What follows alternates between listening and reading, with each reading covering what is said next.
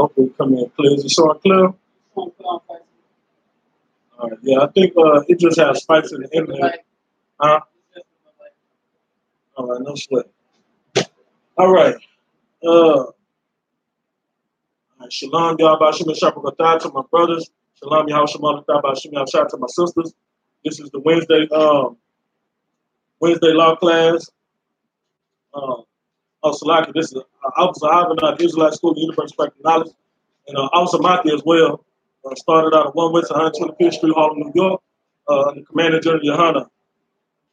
This is the Wednesday law class.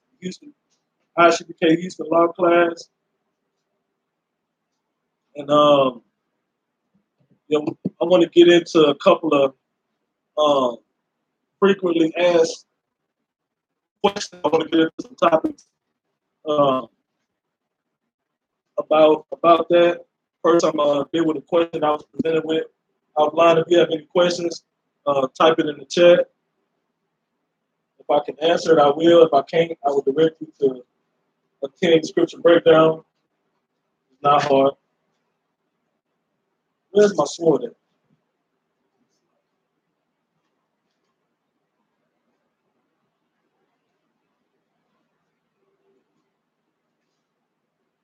Yeah, so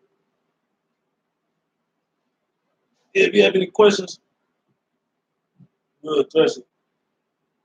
Preferably about the law, because that's what this class is about. But first I want to get to the breakdown of this question I was presented with offline. It's actually a pretty frequently asked question as well. Go to John 9 and 3. There wasn't any particular question about it. It was just asked me to break down. So that's what I'm going to do.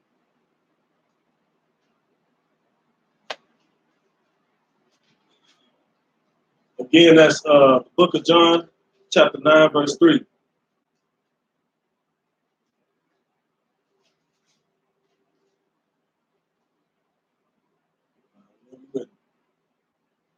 Book of John, chapter 9, verse 3.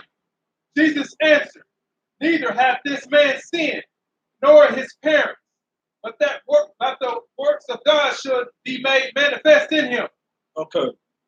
So it says, Jesus answered, neither had this man sinned, nor his parents, but that the works of God should be made manifest.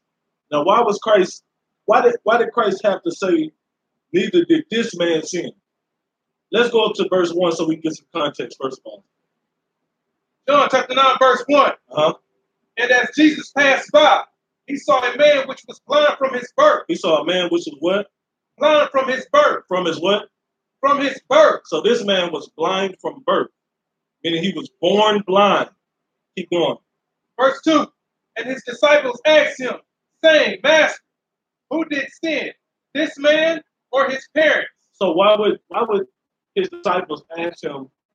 Why would Christ's disciples ask Christ, who did sin? Did this man do it or did his parents do it? Remember, he was born blind. Anybody know why would the disciples ask Christ, did he sin? He was born blind.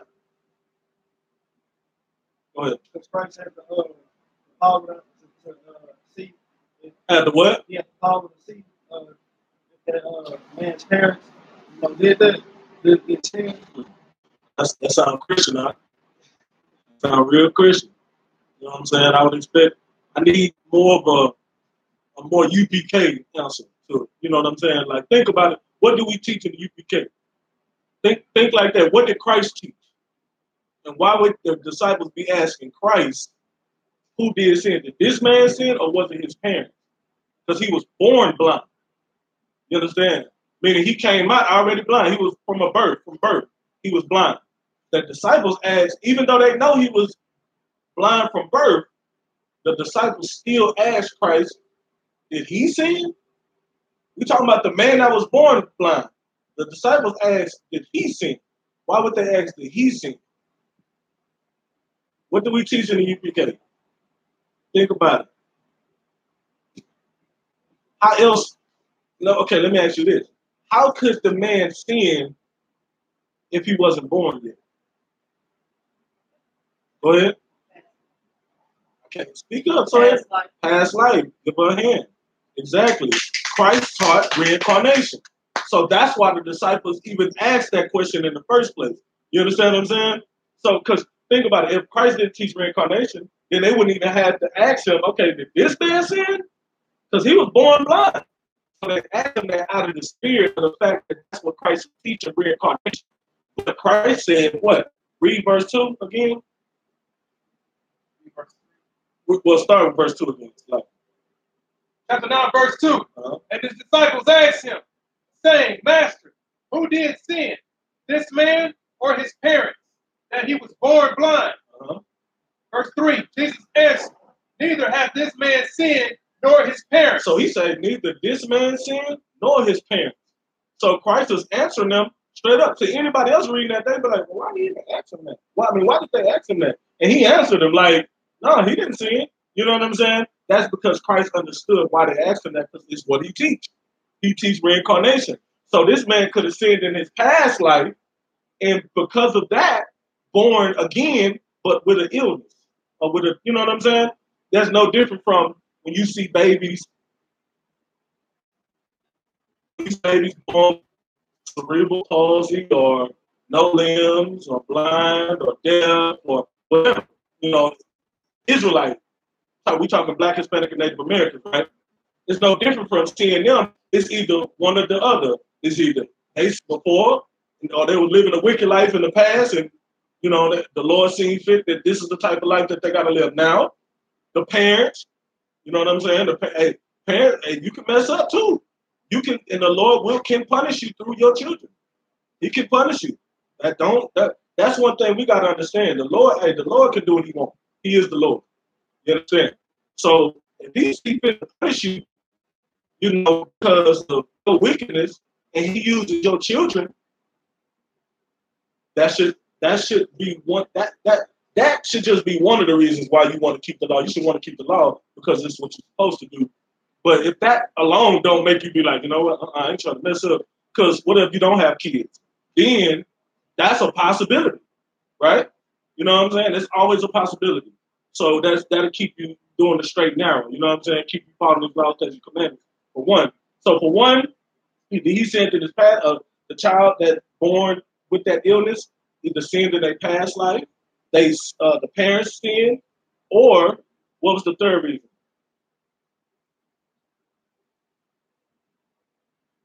But that works of God should be made manifest in him. But that the works of God shall be made manifest in him. You understand? Sometimes the Lord just do things just so He can show you, I can heal this person. Like the works of the Lord. You know what I'm saying? Christ healed this man. Christ healed a lot of, like, Christ healed this man, but Christ healed a lot of illnesses and stuff. That was Christ, the Lord using Christ to make His works manifest. You understand what I'm saying? It's no different from us in the UPK. We heal people all day. We heal the sick. We heal the blind. We heal the drug addicts, the anything type of wickedness in the world. From child molesters to homosexuality to drug sellers, drug users, child abusers, whatever you want to call it. Any type of wickedness in the world, we heal that. You know what I'm saying? On a daily basis. You just check our works. You know, check our resume. You understand? We heal the blind too. Not to the extent that Christ did, like physically blind, but we will be able to. That's in the Bible. But we healed the ones that I was blind at one point, and the I.S.U.P.K healed me. You understand? Just like we all probably in this room at one point was blind to the truth. And now that we woke up to the truth, we were healed. Now we can see things a whole. And not only can we see things, we see it like we're in a matrix. Like, what's his name? Keanu Reeves seen it. You know what I'm saying? Everything coming like this, we like, you know what I'm saying? You dodge everything. Like, it's slowing down for us. We can see everything. Everything else is moving too fast than everybody else. We can see it. We can dodge what we need to dodge, take in what we need to take in. You understand what I'm saying? So not only did he heal the eyes, he can heal the blind. That made it to where we see things on a whole different level. Through the Lord, obviously, Most High in Christ. You know, so Barakatah Yahweh White Yahweh Shah. You understand? So that's what that scripture is talking about. So that's the proper breakdown for that scripture, is because the spirit behind it was the fact that Christ was teaching reincarnation, So the disciples was wondering, okay, he blind from birth. Did this man sin? So they was really genuinely inquiring, like, okay, which was these situations in Christ that were neither? It was because the Lord needed to make his works manifest through this person. You understand? So we shouldn't question why the Lord does things. Sometimes he does things for what he doesn't for. You know what I'm saying? The Bible says, I'm paraphrasing, we can't think the same way he do. Like, we can't think like him in heaven. He have a totally different mind frame than us, how we think. You understand? All right, so is there any questions online? I don't see none popping up on this screen. Anybody online? Let me check real quick. Just want to make sure I ain't missing nothing. If there's another opportunity to ask a question, I can answer. Be able to do so. But for the lesson, we're gonna go into masturbation, oral sex, and women on their menstrual. Okay. Most High in Christ, no questions. All right, so yeah, let me go ahead and go into the lesson. These are subjects that I have frequently asked questions about, especially like masturbation and oral sex. Those are like really hot topics when regarding the Bible, because Christians, they'll tell you, okay, let me ask this: is masturbation a sin? Why y'all say that? It's because y'all just been paying attention in class, or you just know?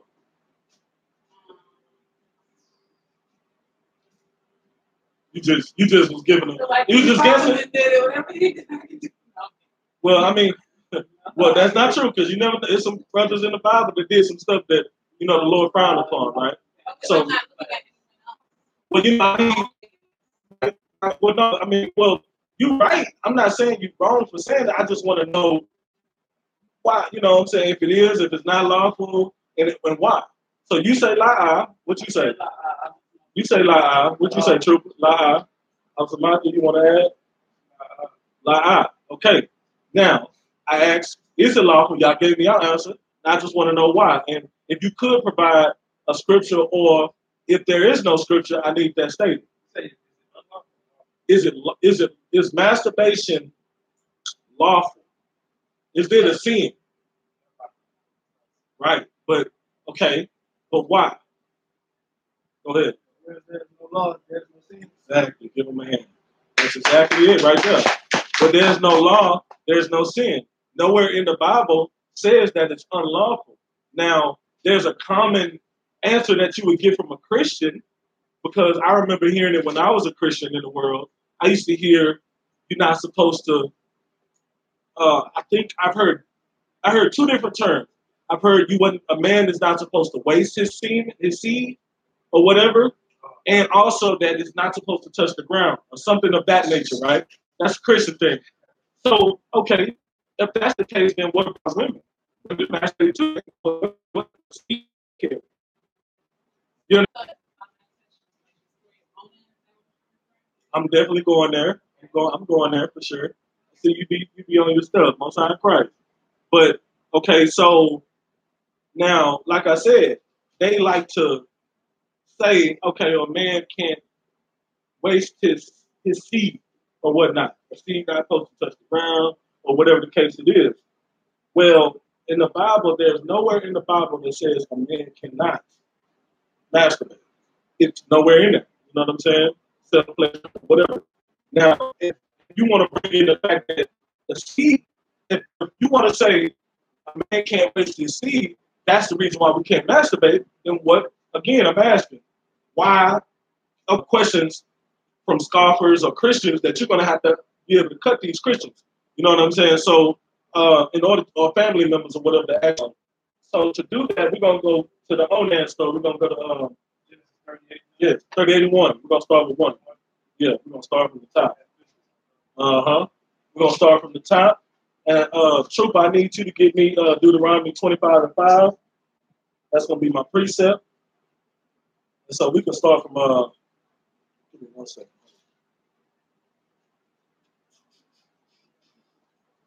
See, y'all on point today.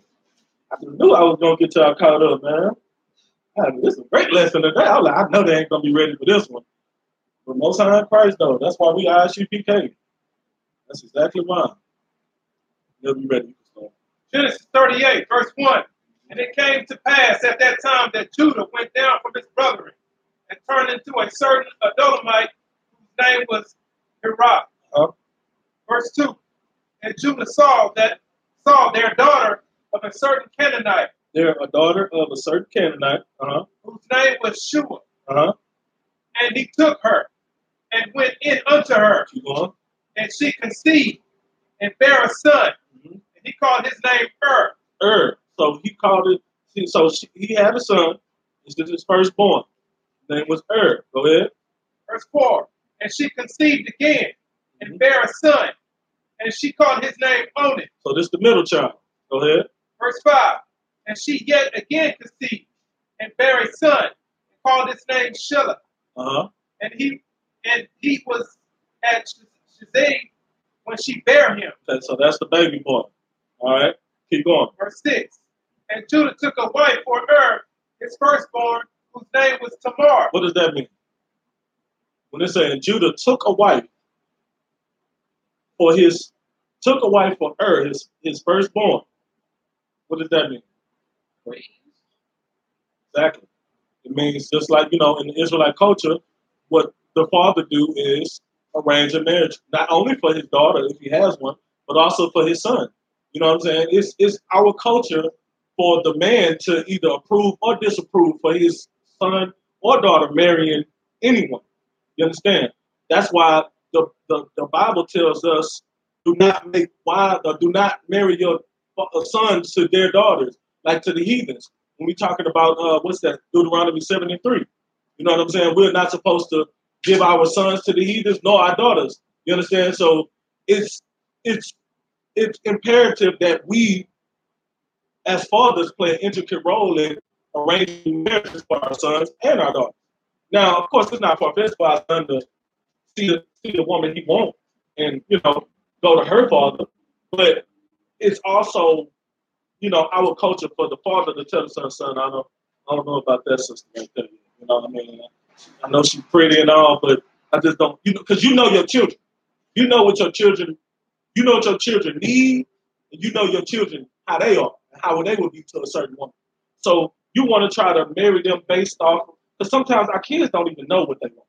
You understand what I'm saying? We know what's best for our children, because we done been there and done that. You know what I'm saying? Our kids see something, and they got tunnel vision. You know what I'm saying? So it's best for us to say, okay, son, yeah, she's pretty and all, but she might not be the one for you. But on the other hand, this sister over here, Tamar, I think that's the one. She's beautiful. She this and that. She got this. She fits your personality. You know what I'm saying? Hey, I take a liking unto her. Why don't you go to her father and see, what's the word on her? So that's what happened in this situation.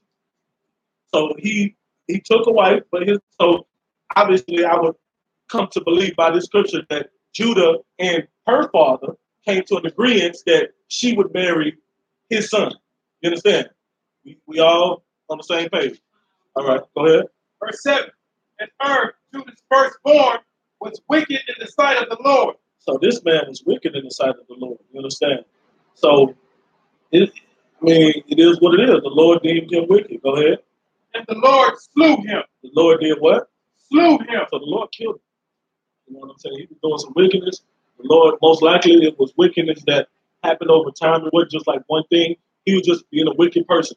So the Lord, hey, you know what? Just like any father, I'll give you many chances.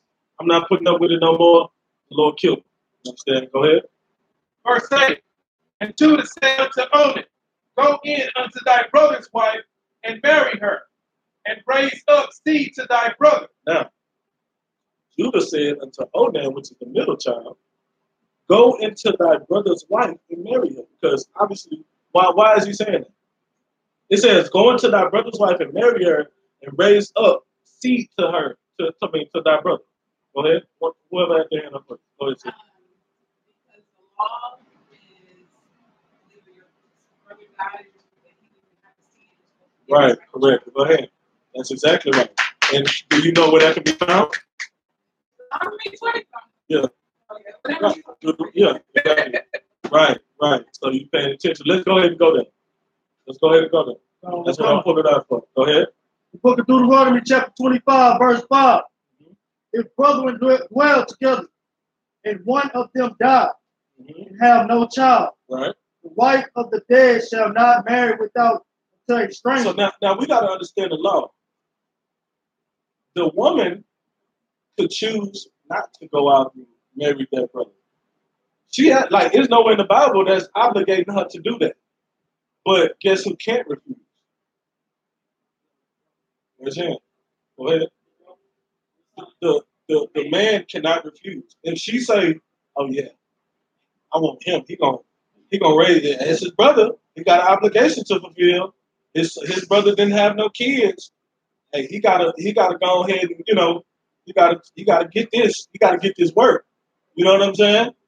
And there's an obligation for him. You know what I'm saying? He cannot deny her. She can now, if the husband dies, she say, "You know what? I'm in mourning, and I just don't see myself ever having sex with another man ever." That's her choice. She can choose to say that. She can choose not to raise up seed through, you know what I'm saying? That's her choice. There's no obligation to that. But there's a law behind him refuse. Like, he can't refuse. You know what I'm saying? Obviously he could. The Bible say, this will happen. We're gonna go into it, but that's something you definitely do not want to do. You don't want to go against what this law say and be known as a certain type of person for the rest of your life. You know what I'm saying? That's something you don't want to do. But we're gonna go into the law. Finish reading. Come. Her husband's brother shall go into her and take her to him to wife, and perform the duty of a husband's brother unto her. Keep going. Come, verse 6. And it shall be that the firstborn which she beareth shall succeed in the name of his brother, which is dead, that his name be not put out of Israel. So it's telling you right there that if brethren dwell together, and one of them die and have no child, the wife of the dead shall not marry without unto a stranger. So now what she can't do is go out to a stranger. That's if the whole criteria has to fit what this law is saying, which is what? She brought it out earlier. I'm going to see if you're paying attention. Yeah, speak up a little bit. She has to marry. What are the obligations for this scenario in order for this to play out like that? In order for her to be able to even go to the brother to be able to raise up seed for that brother's name. And no, the brother has to die. But the brothers have to be, read from the top, Trooper. If brethren dwell together. You understand? If brethren dwell together, what does that mean? Right. They're all there together. This ain't talking about no brother, long lost brother from Idaho that I ain't never seen before or never met. I don't know him.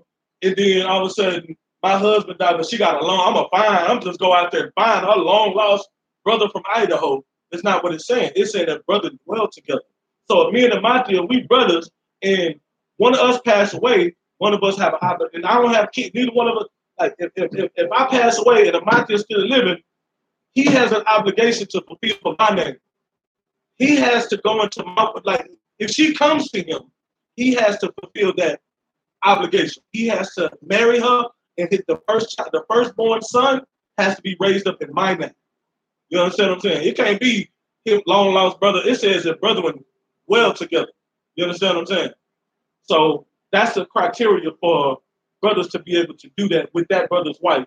If he died early, don't have kids with her, and she wants to have kids, she would go to marry the brother that dwell with him. That his brother, his blood brother that dwell with him, then he'll raise up a seed. And that first son will be raised up in the brother that died now. You understand? And that's an obligation for him to fulfill. But keep reading up. And one of them died, and have no child. The wife of the dead shall not marry without a stranger. Her husband's brother shall go into her and take her to him to wife and perform the duty of a husband's brother unto her. Hey, do me a favor, you're going to get that so that the cooler. SHALAM. Go ahead, keep reading. Verse 6. He will perform the duty. Read that part again before we go on. He will perform the duty. And take her to him to wife and perform the duty of a husband's brother unto her. So he will perform the duty of a husband's brother unto her, meaning he's going to fulfill what the brother that died couldn't fulfill. Since he died early, he didn't have a child with her, so he's going to fulfill that duty. But that first child is going to be raised up in the brother's name. You understand what I'm saying? Keep going. Verse 6. And it shall be that the firstborn which she buried shall succeed in the name of his brother which is dead, that his name be not put out of Israel. So his name be not put out of Israel. Yeah, keep reading. Where we at? Verse 7. Yeah, keep reading. We're going to read the verse 10. And if the man like not to take his brother's wife, then let his brother's wife go Okay, so up. hold on. So now here's a scenario in which if the brother decide not to want to do it. You know what I'm saying? Go ahead. Then let his brother's wife go up to the gate unto the elders. Now, what is the gate? You reference Jeremiah 42. What is the gate? You want to try this? The gate. Is we talking a physical gate or well, go ahead? Judges. The judges. I need more. Go ahead. Men over Israel. Right. That's the case. The leaders in the community, the elders, like Commander General YAHANNA, General Muhammad, and all the other generals, they are the gates. They're the leaders in the black community. We are leaders in our own black community, but they are the leaders over Israel, right? So right now, so if that situation happened here in the UPK, where would the sister go? She would go, yeah, go ahead. Right. She would go up to the gates, to the elders. It didn't say specifically manager, but anybody that's hierarchy, you know what I'm saying, in charge, General Muhammad most likely, you know what I'm saying, he'll get the phone call, like he get millions of phone calls almost a day. That would definitely be one of the phone calls he get. But go ahead. And say, my husband's brother refuses to raise up Israel. First of all, now what is the spirit behind the Lord wanting this to happen? Wanting a man's brother, that this brother died, wanting to honor that brother's name that died since he didn't have a child, whether wicked or not. Because that's going to obviously take us back to Onan, because Onan was wicked, right? He died. So whether the brother wicked or not, the Lord still saw fit to honor his name through the other brother that, you know what I'm saying, was available. What is the spirit behind this whole thing? This is the law, but what is the spirit? One word. Huh? Lie. Brotherhood, good man. That's exactly what this is based off of. Brotherhood. You understand? Like, the fact that even though this man was wicked, and the Lord still see fit to, okay, the Lord killed him, but Judah, I'm raising my other son, Onan, you going to this man's wife, and you raise up a son in his name. You know what I'm saying? Why is it a law? It's a law because the Lord wants this. This is what the Lord wants, right? You know what I'm saying? So the spirit behind this law is brotherhood. You understand? Brotherhood is like, y'all don't understand how much a weapon brotherhood is. Like, brotherhood is a weapon. When I was in the world and I was, gang banging and doing all this stuff, man, I thought that was, we when we get into stuff like that, we searching for that. We searching for brotherhood. We searching for camaraderie. We searching for someone to have my back. I want to be able to have somebody on my side that I know that's going to be down. You know what I'm saying? I want to have somebody I can come to. Hey, I need this. Can I get this? Oh, you got that? You know what I'm saying? Brotherhood. I thought that was real brotherhood when I was joining, the Pyru, back when I was like 14 years old. I thought that was brotherhood. I thought, hey, I was like, man, shoot, I'm in the best, I'm in the best gang in my hood, period. I'm Pyru, we brotherhood, That ain't no real brotherhood. You know what I'm saying? That ain't no brotherhood. And the reason why is because they just haven't really been taught according to the Bible what true brotherhood is. You know what I'm saying? Like, it's no different from anybody in the world, man. They lost, they wicked, they don't know their way. That's why we are here to teach. You know what I'm saying? This ain't to down gangbangers. This is just to let them know that this is the right way to do things. You understand? And they need to all come together. We want all the gangbangers. Hey, I ain't talking down on you. We want all the gangbangers to come on in the I.S.U.P.K. You know what I'm saying? Stop killing each other. We understand life is about war, so we understand that mentality of warfare. You know what I'm saying? I understand that mentality. Bring that mind frame into the I.S.U.P.K., follow these laws, and we'll take killers any day. You know what I'm saying? We'll take killers any day and turn them into rich men, and then they can be killers for the Lord when that time comes. We want soldiers. We don't want no cowards. You understand? So the whole spirit behind that is brotherhood. But keep reading though. If a man, so let's. If the man like not take his brother's wife, then let his brother's wife go up to the gate of the elders and say, my husband's brother refuses to raise up unto his brother and name it Israel. He will not perform the duty of my husband's brother. So now she done went up to the elders and she complained like, man, he got an obligation to fulfill. He ain't trying to fulfill the obligation. I don't know why. He turning down all this thick goodness, but for whatever reason, he ain't trying to do that. Women they're gonna go do the most. They're gonna go to the elders like, I don't know what he trying to say. Like, what are you trying to say? Am I ugly? I don't think I'm ugly. I think I look good. He gonna turn this down. His brother they're gonna do the most. You know what I'm saying? So like, but anyway, the point is, she coming to the elders like, hey man, he ain't doing what he supposed to do. Like, ain't this an obligation he supposed to fulfill? Go ahead. Verse 8, the elders of this city shall call him and speak to him. And if he stand to it, y'all know y'all supposed to be doing most. Don't even act like y'all. Because if a nigga turn you down, you like, hold on, what he trying to say? What do you mean? You know what I'm saying? So like, I just had to, you know what I'm saying? Don't act like y'all don't know. Y'all, hey, that's the first thing that'll come to your mind. What you gonna forget all about the law in that particular moment. You're gonna be like, forget the law. What are you trying to say? You know what I mean? But anyway, yeah, so like, I just had to, I love my sisters, man. I love me a black woman. Black, Hispanic, Native American. Go ahead. And if he stand to it and say, so she go to the elders, she complaining about it, and he's standing on it. He like, man, no, I can't do it. I ain't doing it. For whatever reason, you know what I'm saying? He might, the brother man came in like, man, this bitch, she can trip. You know what I'm saying? He might be like, I can't do it. But you got an obligation to fulfill out, you know what I'm saying? And you got to do what you got to do. You know what I'm saying? Hey, that man, he didn't get to have kids. You got to step up. You know what I'm saying? You turn up, and she a bitch, you turn her into a righteous woman. You know what I'm saying? You do what your brother wasn't able to do before he passed away. That's what we got to do, man. So, you know what I'm saying? We got to understand, man.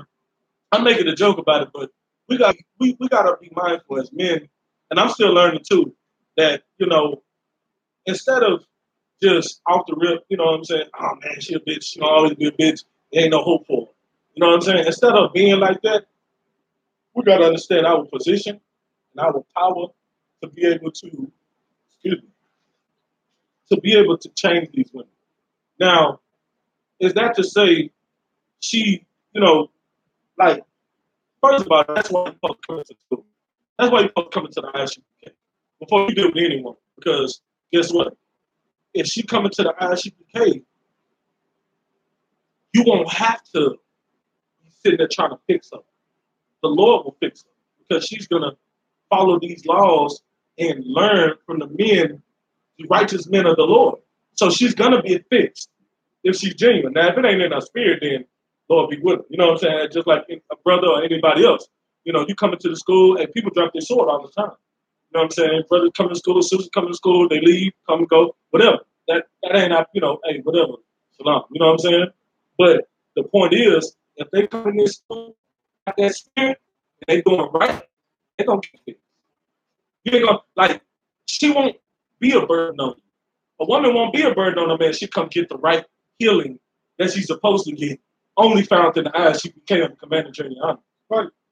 You understand? So that's what we gotta understand. But we have to stand our ground and get them to understand that, okay, you want to be fixed? Yes, I'm here for you. I'm your husband. I'm here for counsel. I'm your everything. But you really want to be fixed? Stay in the classes. Study this. Give us, you know, it's a lot. Give us stuff to study. Study this. Study that. You watch class today. Stay on them. You know, you watch class today. What they were talking about? What precepts? You know what I'm saying? Like that's how your woman get fixed. Now, ladies, don't go to your man and be like, "You're supposed to fix me. I messed up." Sis, you got you. You know what I'm saying? We all need fixing. You understand what I'm saying? It is not solely that man's responsibility to fix you. You're supposed to fix yourself too. You should want to be a righteous woman. Everybody talk about Proverbs 31 like they just, you know, you should want to strive to be that woman. You're supposed to want to be that man's peace. You understand what I'm saying? For the sisters out there that be talking about, well, how can I be a man's peace if he's not mine? How does that even make sense?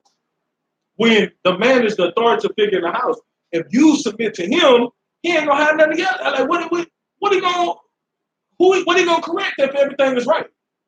You know what I'm saying? What can he correct? Correction is when he going out.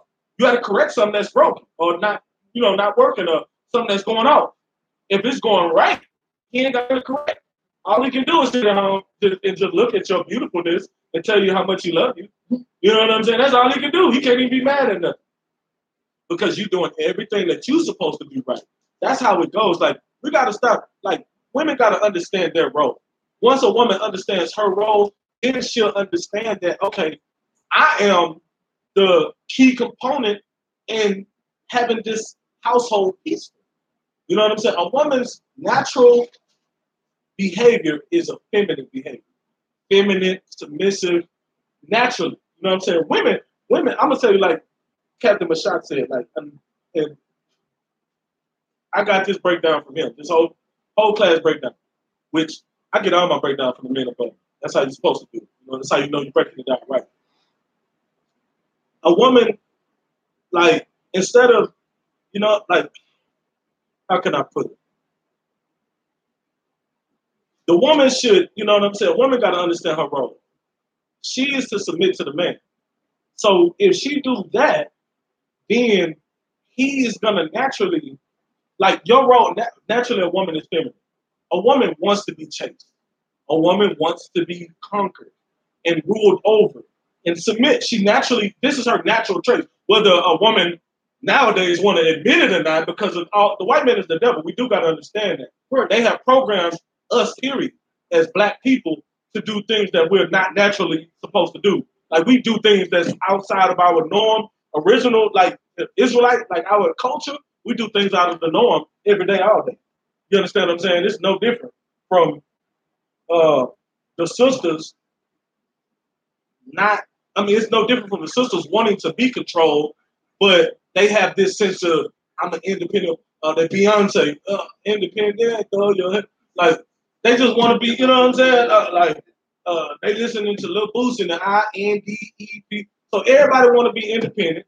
I don't need a man. Man can't tell me nothing, but that's not naturally how they really feel inside, how y'all women feel inside. Inside, you really want to be ruled over. You really want to be feminine. You want to be a woman. You want the man to do things to make you feel like a woman. You know what I'm saying? Because if you really wanted to be treated like a man, when it come down to things to do manly things or get put in a position that a man get put in, now, but I'm a woman. You know what I'm saying? That's the first thing that come out your mouth. Oh, so now you want your rights as a woman. But when it come down to being the head of the household, oh, you can do that. You want to be flexing your authority. But when it comes down to you get put in a real situation that men got to do it on a daily, oh, no, I'm a woman. We ain't supposed to go through that. You understand what I'm saying? So naturally, a woman wants to be submissive. Now, it takes a strong brother, not a weak brother, a brother only the I.S.U.P.K can breed to be able to do that with a woman and make that woman feel special while being submissive. Because there's beauty in submission, like, as a woman. That's a beautiful thing. Like, there's nothing more precious on this earth. Besides this truth, to a man, is a submissive woman. A woman, I mean, what does that mean? And just making me feel like a king. That is, like, that make me, it puts your level of beauty on a whole nother level. That's when your value becomes far above rubies. You understand what I'm saying? Like looks alone ain't gonna do it. Good coochie alone ain't gonna do it. You know what I'm saying? Like, women gotta understand, like, they have been stripped down to just that. Like, through society, the white man has stripped our women down to believing that all I need is good coochie, and I can get a man to do whatever I want him to do. And these brothers actually, like, a woman will stop being a whore if a man stop feeding into that. Go ahead, bring it out. Ecclesiastes, verse 26:14. A silent and loving woman is a gift of the Lord, and there is nothing so much worth as a mind well instructed. Oh man, read that last part. And there is nothing so much worth as a mind well instructed. Ain't nothing more than that. Ain't too much worth more than that. I want to be able to tell a woman to do something, and she do it. I want to be able to instruct her, teach her, and she follow those instructions. Like, I mean, that's what every righteous man wants. You know what I'm saying? And you'll make, like, the woman is supposed to be there to be helping. You make his days easier. You know what I'm saying? Like, it's not easy being a black woman in America, of course. It's not. So just imagine being a black woman in America, but times whatever exponent you want to put on it. You know what I'm saying? That's what a man got to go through. So y'all see a fraction of what it is to be black in America, but the men see it to a way higher degree. You know, I was at work, you know what I'm saying? I don't want to get out subject too much, but I was at slavery thinking, like, okay, I work at this IKEA. IKEA is a Swedish store. It's based out of Sweden. Right here in American soil, they do everything. How they run their store is not like how Americans run their stores. Like how you go to Walmart, you see how Walmart do things? They do things totally different. They got a whole restaurant inside their store, a cafeteria. They got a cafeteria upstairs, and they got like a downstairs, like concession type of place where you get hot dogs and cinnamon buns and all this other type of stuff. They don't trip on you sitting on the furniture. Like they tell us, like, downstairs they don't want them like feet all up where the people supposed to lounge at. But like for the model furniture, they don't trip on people laying on the furniture. They don't tell us to, like, they tell us we don't even have to go upstairs where all the furniture and stuff at. The security don't even have to go up there. Like, they can do whatever, do whatever they want. They can't steal, of course, but they don't care about them, doing stuff like that. In America, you go to Walmart, you get to sit down stuff. People, they're ready to put you out the store. You know what I'm saying? But my thing is, the whole point is that we are the native Indians, like, was the founders of this land over here. The native Indians, I want to say the native Mexicans too, right? Like the Aztecs or whatever they were called back then. The point is, they were indigenous to this land, right? So the white man and Christopher Columbus and all of them come over and conquer them, rape, rob, murder, kill. We know the story. We understand. Kill them, take the land, okay, through warfare. So now the land is theirs. They consider us immigrants. They deport us out the country, out the land, but they allow these Swedish bastards to come in, have a whole store on their soil, run it how they want to run it, do what they do. They let the Iraq, if he did exist, he was working for the government. So whatever. But the point is, when Abdul Muhammad get gunned down in the middle of the street for profiling, he get pulled over for a traffic ticket and the police just gun him down in the street. When have y'all ever seen that? When have you ever seen an African get gunned down in the street like that? Unless it was probably a case of mistaken identity. They may have mistaken them for a Negro. If it did happen, I still haven't heard no cases, but I'm just saying, if they did happen, he had black skin. So they probably mistaken them for a Negro. But the point is, we are getting gunned down. We are getting stereotyped and you know what I'm saying? We are in captivity. These people are not in captivity. So I just brought that out. I don't want to stray too far off. I just brought that out to say, man, we gotta come back to these laws, man, and we gotta wake up and stop trying to love everybody, man. We need to be here for ourselves. You understand? But you have something to say? No, I just said something like I mean, but I just brought out a point to show any nationality outside of Black, Hispanic, and Native Indians, who is getting cut down besides us? Who's going through these curses besides us? You can say, okay, every last one of these curses fit Blacks, Hispanics, and Native Americans. They don't fit no other people. You understand? So I just wanted to say that. So, yeah, man, to speed up, to catch up with, you know, okay, matter of fact, so let's catch back up on what we were talking about. So the sister, if the brother go to she go to the brother and say, okay, you got to do the fulfill. We need to marry so that we can raise up a son in your brother's name. So he said, like, I can't do it, right? Okay, so now she go to the elders. So she go to the elders, she tell the elders what happened. The elders go to verse 8. And the elders of his city shall call him. So they're gonna call this council. They're gonna call the brother, get the brother on the phone. You know what I'm saying? Hey, get the brother on the phone right now. You know what I'm saying? Get him on the phone. Boom. So now they have a council. Go ahead. Come and speak unto him. Mm-hmm. And if he stand to it. So he says, Salakia, I don't want you, but I just can't do it. You know what I'm saying? I can't do it. Go ahead. And say, I like not to take her. Verse 9. Then shall his brother's wife come into him in the presence of the elders. So they gonna say, okay, well, all right, brother. All right, no sweat. Well, we need to meet with you. We need to meet with you and the sister. Y'all gotta meet us in such and such, you know, and we're gonna come together, we're gonna try to get this thing squared away. We can't get it done over the phone. So we're gonna try to get this, or we can't get it done through word of mouth. We're gonna try to get this thing squared away. We're gonna all come together and we're gonna see if we can work this out. And maybe you might change your mind. You know what I'm saying? So the brother, okay. You know, the sister like, I'll be there. You know what I'm saying? So now they're coming together. So now they're going up to New York. So now they're going up in front of the general. You know what I'm saying? They have a council in front of the generals. You know, so like but if it happened nowadays, they were going to the presence of the generals.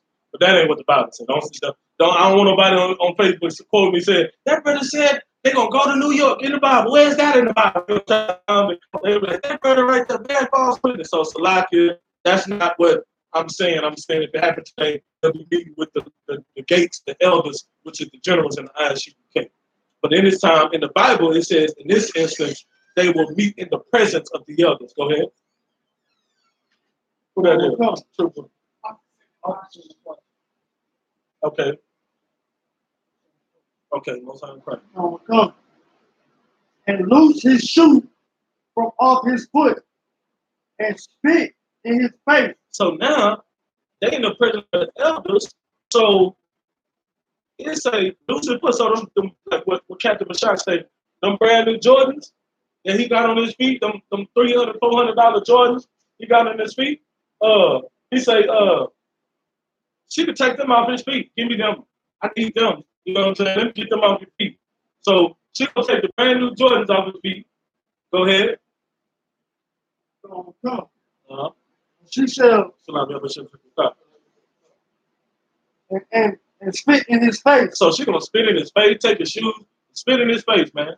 I mean, what man wanna go through that type of thing? So the whole point of that is, man, I just fulfill the obligation. You know what I'm saying? Just fulfill the obligation. Who wants to get, first of all, you spit, man, you can't don't.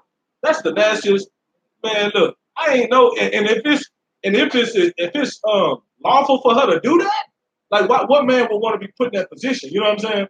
Like I'm just gonna go ahead and top five to that thing, and you know what I'm saying? Lord be with me. You know what I'm saying? I'm gonna fulfill that obligation. I'm not finna, you know what I'm saying? I mean, why, like, that sounds like some home. I mean, it's like, I ain't gonna even, because I don't know what the brother, what his reasoning was, but I mean, hey, just fulfill the obligation. That just, that's what it's saying. We're gonna finish reading though. Go ahead and read to 10. Come. And shall answer and say, so shall it be done unto that man that will not build up his brother's house. Matter of fact, yeah, read verse 10 too. Verse 10. And his name shall be called in Israel, the house of him that had not that had his shoe loose. So this right here remind me. This how I know we the chosen people of the Lord, because this remind me when I was back in middle school, how we used to roast people. Like it just the situation just sound like, oh man, that's the, like, you know what I'm saying? Like we had a nigga we called Pissy Pat, right? Because the nigga always, he smelled like he peed on himself all the time. You know what I'm saying? So every time we seen the nigga, we like, man, that go Pissy Pat right there, man. That go, like he was known for that. Like that's how we used to roll. That's how I know the Bible is written by black people, because that's our spirit. You know what I'm saying? This nigga gonna be known as the nigga got his J's took. He the nigga with no shoes, barefoot. We gonna call that nigga barefoot. You know what I'm saying? That for the rest of it, like read what it say. Do what the Bible say. Read what it say, verse 10. And his name shall be called in Israel. So his name shall be called in Israel. So that means all of Israel gonna know him for, go ahead. The house of him that had his shoe loose. The house of him that had his shoe loose, barefoot. We'll call that nigga barefoot. So every time, everybody gonna be, oh, barefoot. Everybody gonna get to giggling and laughing and everything. Come on now, man. That's a disgrace to your people. That's a disgrace to your namesake. You know what I'm saying? If a real man know he got his balls in his word. You understand what I'm saying? And his word and his name stand for something. You understand what I'm saying? I know the house of YAHANNA stand for something. You know what I mean? It means something to me. So I got to carry that legacy. I don't want to be known as the nigga with no shoes. The nigga that had the lady spit in his face. You know what I'm saying? Like, I don't want to be known for that. It's a disgrace. So it's better to just fulfill that obligation and go ahead and raise up seed in your brother's name. You know what I'm saying? That is the law on that. So now let's go back to Genesis 38.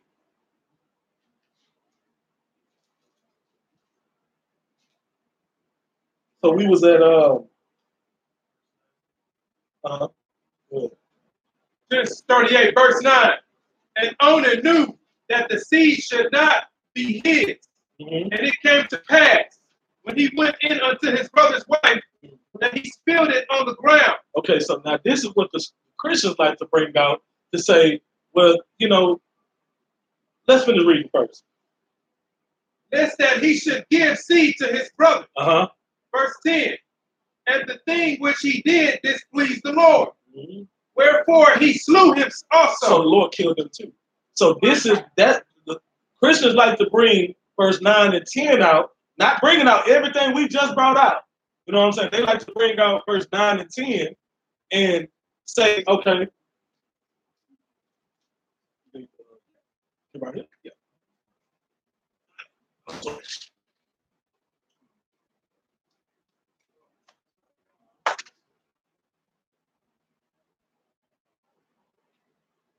Woo! What's happening? Christ. Hey, if Christ came back today, I knew you got it's a war here or something. I want that damn, you know. You hear me? You know what I'm saying? Shalom, Israel. We Israelites still use a bunch of practical knowledge, as I'm sure you already know. I'm from the Lockwise. This is the Wednesday's Bible class. You know what I'm saying? Hey, who got the Apocrypha? You been reading? I'm gonna have you reading at the Apocrypha. Come. Read that. Romans 15 and 4. For whatsoever things were written before time were written for our learning. Have hope. Read it again. For whatsoever things were written aforetime were written for our learning, that we through patience and comfort of the scriptures might have hope. The scriptures give us hope. Not your pastors, not your fake camp leaders, not your fake Israelite schools. The scriptures give us hope. And as the nation of Israel, that's all we got to lean on. You look at America today, black people, what's our dude's name? It just got shot down by the white dude that was on his knees. To stand your ground, didn't it? In Florida, black man protecting his wife's honor. You know what I'm saying? In Esau's land. What happened to the brother? Gun out. Back here. Stand your ground. You know what I'm saying? The white man is going to get off. He's going to get off of that. You know why? Because this is America. You feel me? And America is not a land built for Israelite success. I'll say that. So like you said, read that again about the scriptures. For whatsoever things were written aforetime were written for our learning, that we through patience and comfort of the scriptures might have hope. The patience and comfort of that law that he's talking about, that he brought out earlier, that's our hope. That's our comfort. That's our moral compass. You know what I'm saying? That the Lord gave us straight from Moses to the children of Israel. Give me Deuteronomy 4 and 6 real quick. Give more importance on how important this law is. Because the Christian church will tell you that the laws are done away with. I read that. Deuteronomy 4 and 6. Keep therefore and do them, for this is your wisdom and your understanding in the sight of the nation. Right. Which shall he hear all these statutes and say, surely this great nation is a wise and understanding people. The law makes you wise and understanding. You know what I'm saying? You got to think about it. We got the laws that you don't sleep with your father's wife. You don't sleep with your sister. You don't rape. Think about that. We're the only ones that got those laws. So if nobody has the law, we're all just running around like the goddamn heathens. You know what I'm saying? The law makes us better than everybody else. That's what that is. The Lord gave us the law and put us above every other nation. As long as we keeping that law, that's exactly what we'll be in. When we start breaking that law, then you start seeing us in the ghettos. Now give me Matthew 5 and 17 real quick, and you give me the shot. Give me 2 Maccabees 7. You can read that 17 and 18. Matthew 5 and 17. Think not that I am come to destroy the law. Think what? Think not that I am come to destroy the law. He ain't come to destroy the law. But your Christian pastors tell you that he did. Oh, the law? Oh man, the law was done away with. Oh no, the Lord blesses interracial marriages. Oh, you can bless this food. What? Pork? Well, it don't matter. We can have you shrimp, lobster. Thank God for this food. Read that again. Think not that I am come to destroy the law. Christ said, I didn't come to destroy the law. Read. Or the prophets. I am not come to destroy, but to fulfill. Christ came to show you that the law can be done. That's what he came to do. He didn't come to change it. He didn't come to rearrange it. Only thing he did differently was take out the punishment of the law. Now, homosexuality is still wrong. You just can't kill nobody for being a homosexual. But it's still against the law. Now, give me your shot real quick. Give me Leviticus 11 and 7. I'm saying, and you go to verse 19 and wait till you read that.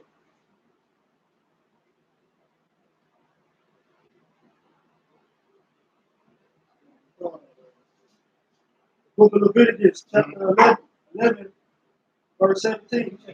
17. Yeah, no, 7. 7. 11 7.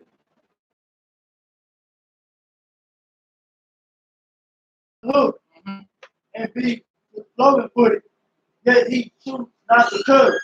He is unclean unto you. He is what? Unclean unto you. The Bible says swine is unclean to you. That's a small thing that Christians talk about. Oh, it's a little pork. Lord ain't worried about a little pork. Christians eat a little pork. They tell little white lies. They have, she sleep with a little bit of men, 2 or 3 of them. That's just a little bit. Oh, that ain't nothing. That's just one of the least of the scriptures. Read what you think. Matthew 5 and 19. Whosoever therefore shall break one of these least commandments. One of the most commandments. One of these least commandments. And shall teach men so, he shall be called the least in the kingdom of heaven. You're going to be the least in the kingdom of heaven by even breaking the smallest law, what you think is small. The law is the law, whether it's talking about pork, homosexuality, or murder. It is the same. There is no difference. You know what I'm saying? So why I'm bringing that out is what we're going to get into this apocrypha about. See, the same thing about eating pork, telling lies, committing adultery, all of fornication, all those things, you might as well do that once you leave the truth. Because once you separate yourself from the one body of Christ, that's what you're going to do anyway. You mean to tell me You've been smoking weed 15 years. Get into the UPK for 2 years, you stop. Then leave the UPK, you're going to continue to start smoking weed? You're going to keep smoking weed. But you know that you can't do that in this one body of Christ. So because of your lust for whatever it is that is against the law, you're going to do that outside of this truth. So we're going to talk about what it takes to stand in this truth. Even when it comes down to the smallest of the law. Now read what you got, all right? No, shot. Second Maccabees 7:1. Book of 2 Maccabees, chapter 7, verse 1. It came to pass also that 7 brethren with their mother were taken and compelled by the kings against the law to take swine's flesh. They were doing what? Compelled by the king. Compelled by the king against the law to take swine's flesh. Now the king is compelling them to eat pork. That's what he's saying about taking swine's flesh. Keep reading. And were tormented with scourges and whips. Do you know what a scourge is? Scourging is public punishment. You know what I'm saying? Like, he came to them to compel them to eat this pork, but it wasn't no private matter. This is in front of everybody. You know what I'm saying? Continue reading that. Verse 2. But one of them that spake first said thus, What wouldst thou ask or learn of us? We are ready to die. We are what? Ready to die. We are supposed to be ready to die, and rather than to break the law of the Lord. Like, before I would kill one of my brothers. Is something? No, I'm good. Got it right here. This water right here. Christ did this. But yeah, we were supposed to rather die than to break the Lord's law. You know what I'm saying? And he talking about compelling them to eat pork. Tell me one Christian that'll die before they eat pork. Hell, if they'll pay you to eat it. You can pay them to eat it. Christians don't give a damn about the law.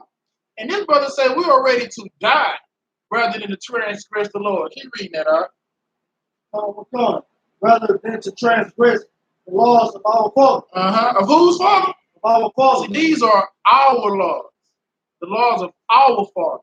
And before we gonna break our father's laws, we gotta be ready to die for that. You know what I'm saying? And that's the culture that's here in the I.S.U.P.K under Commander General YAHANNA.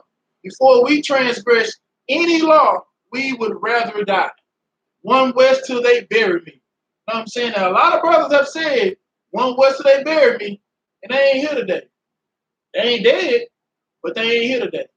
What are they going to show you? It takes a certain type of man and woman to stand firm in this truth. You know what I'm saying? Sisters always want to know, well, what's our role? Oh, it's a brotherhood. This is a brother.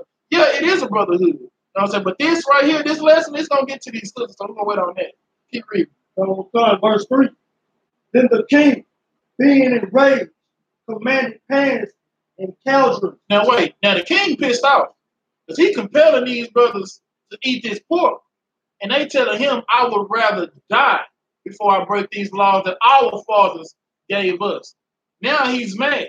And he doing what now? He got what together? Commanded pans and cauldrons. You know what a cauldron is? Cauldron is a big pot used for boiling meat. You know what I'm saying? So he compelling them to eat this pork. Nobody wants to eat the pork. We'd rather die before we eat the pork. So now he tells them to get the pan ready and get the cauldrons. You know what I'm saying? To get this water ready to a rolling boil for all the people who know about cooking. It ain't like I know about cooking. I heard my wife say it before. You know what I'm saying? I just know that that's to do with cooking. You know what I'm saying? So they prepare the cauldrons. Keep reading. To be made hot. To be made what? To be made hot. I wonder what he's going to do with that. Keep reading. Verse 4. Which for a week, being heated, he commanded to cut out the tongues of him that spake first. So the man that came out to spake first, he said, I'd rather die. You know what I'm saying? That's the kind of spirit that's in the UPK. I would rather die before I break the Lord's laws. So now the man pissed off. Now they got a rolling, big ass pot full of water, boiling, ready to do something dirty to him. Now since you spake first, I'm gonna cut your tongue out. Keep reading. And to cut off the utmost parts of his body. Mm-hmm. The rest of his brethren and his mother looking on. Now, see, that's how the white man do. Like even back in slavery days, when the white man wanted to make his point to the masses, he'd take that one person, and you know what they call that? Making the example out of it. You know what I'm saying? See, in the UPK, we don't do that. We don't, to make an example out of your brother, to end up giving him the harshest punishment for something so small, to make the example that you ain't playing, that is zero tolerance. That's the white man's rule. That ain't brotherhood. You know what I'm saying? Because it's in our nature to forgive one another. You know what I'm saying? We don't sit there and be like, well, since you did this, you know what, it's zero tolerance. So, man, I'm going to make an example out of you, so you don't have to do it. Nah, bro, that ain't brotherhood. But a white man don't know brotherhood. You know what I'm saying? So what he did, he making a public example. You say you want to die? Okay. Get that cauldron ready. Cut his tongue out. You know what I'm saying? Dismember his upper parts. And all y'all gonna watch. What is that supposed to do? What you think happens? Go ahead. Well, he was trying to strike fear in his family. Trying to strike fear in the family. You was gonna say the same thing I said. That's a fear tactic. Go ahead. Mm-hmm. They used to do the same thing. So like they did the same thing in slavery when they were raping the men to make all the other slaves submit to, because if they take the strong and they get the strongest man, right, the biggest, strongest man, and they tie him up and rape him in front of his children, his family, the other men, that's gonna make them. It's proving a point. Right. Good. Nice. See that? Look, white man, he nasty. You can't find any other way to make an example out of that than to take somebody and do them in the butt. You know what I'm saying? This is the type of people that's ruling over us. Mm-hmm. Homosexuals. I'm gonna make a point. You, big black man, come here. Let me rape you in front of your kids. What you think, the baby boy? You know what I'm saying? But that's what we did. That's the type of people we're dealing with. But that brother spoke out and said, you're gonna have to kill me. Yeah. You're gonna have to kill me before I eat pork. He didn't say before I kill my brother or before I blaspheme the Lord. He said before I eat some pork. Keep reading now. So come on, verse 5. Now when he was thus made in all his members, he commanded him, being yet alive, to be brought to the fire and to be fired in the pan. It's like to be fried in the pan. Frying him in the goddamn pan. So now you didn't want the bacon. Now your ass is bacon. You know what I'm saying? Like, that's the white man. That's the kind of persecution our people was under.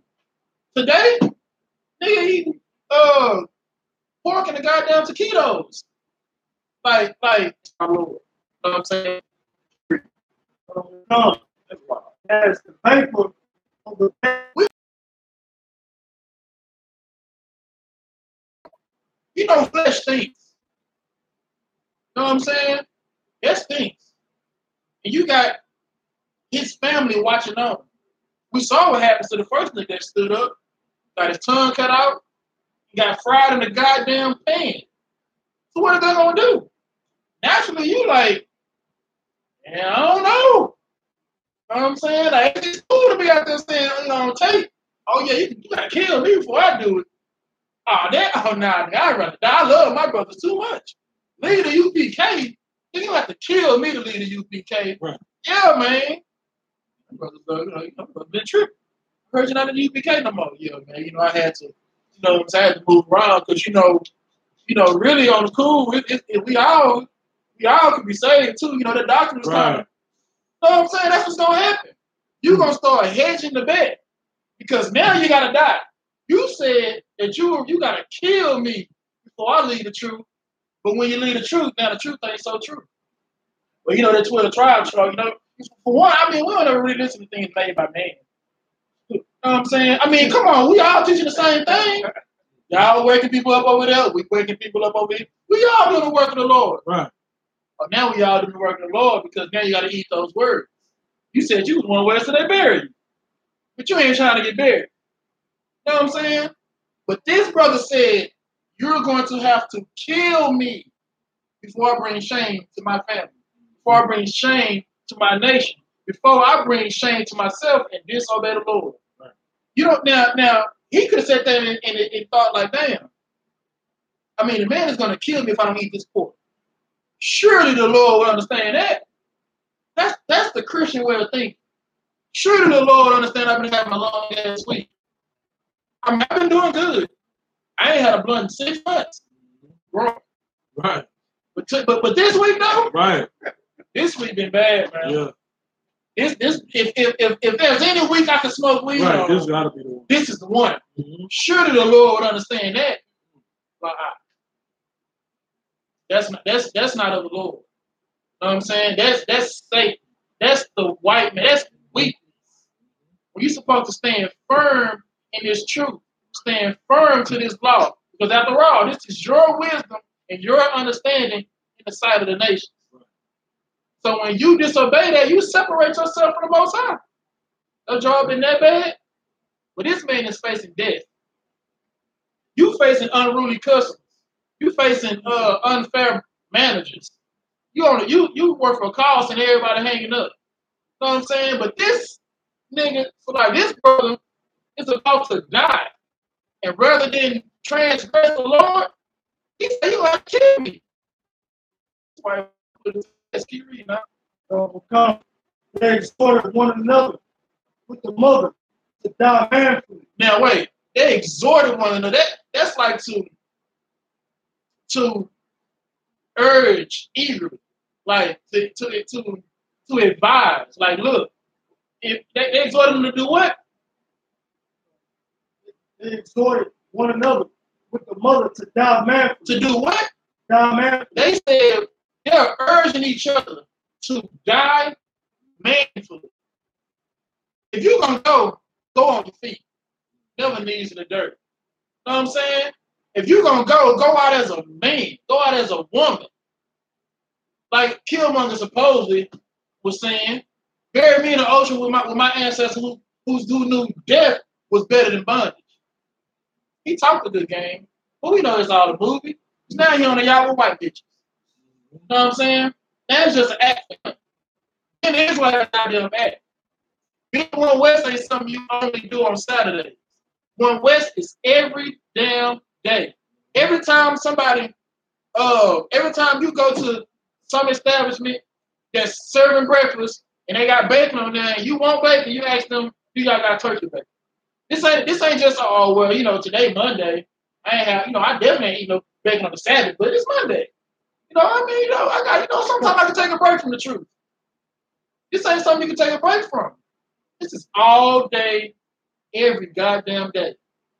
I don't eat bacon in my dreams. And I ain't even got no control of that. But I'd be damned if I'm going to transgress the law while I'm asleep. Go ahead.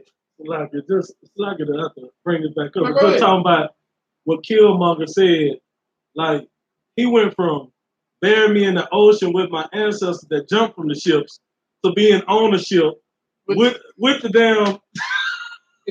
The niggas on the boat on the ocean with white bitch. Right, on the ocean in the ship with no black people though.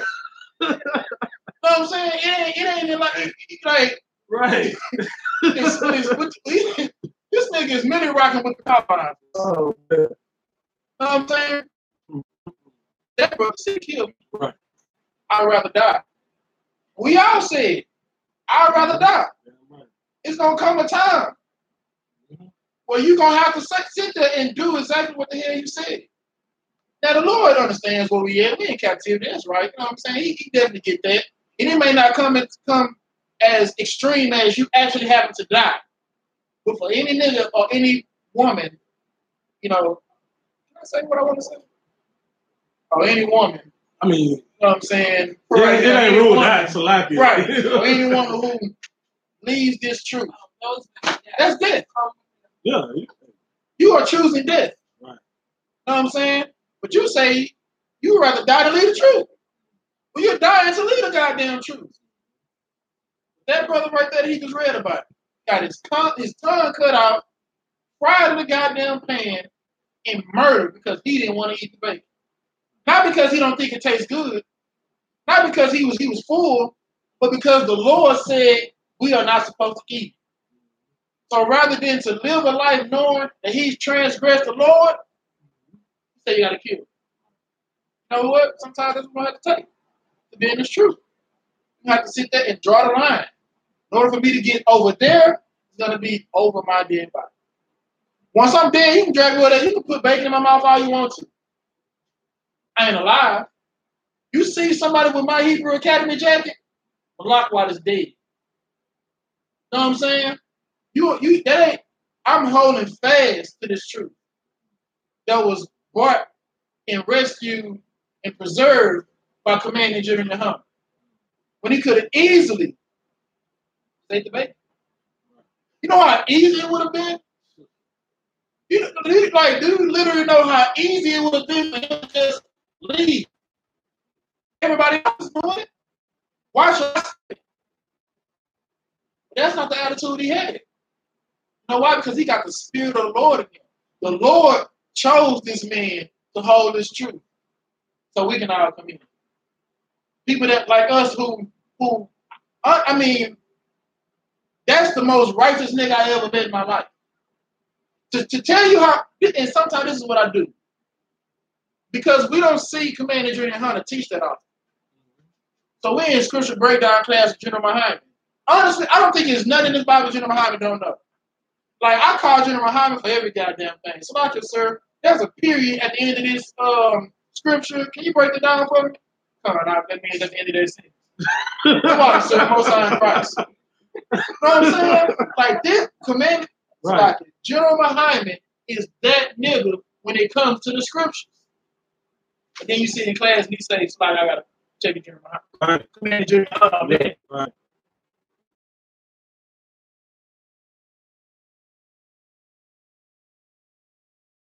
Right. And the satisfaction from breaking the Lord's law. Right.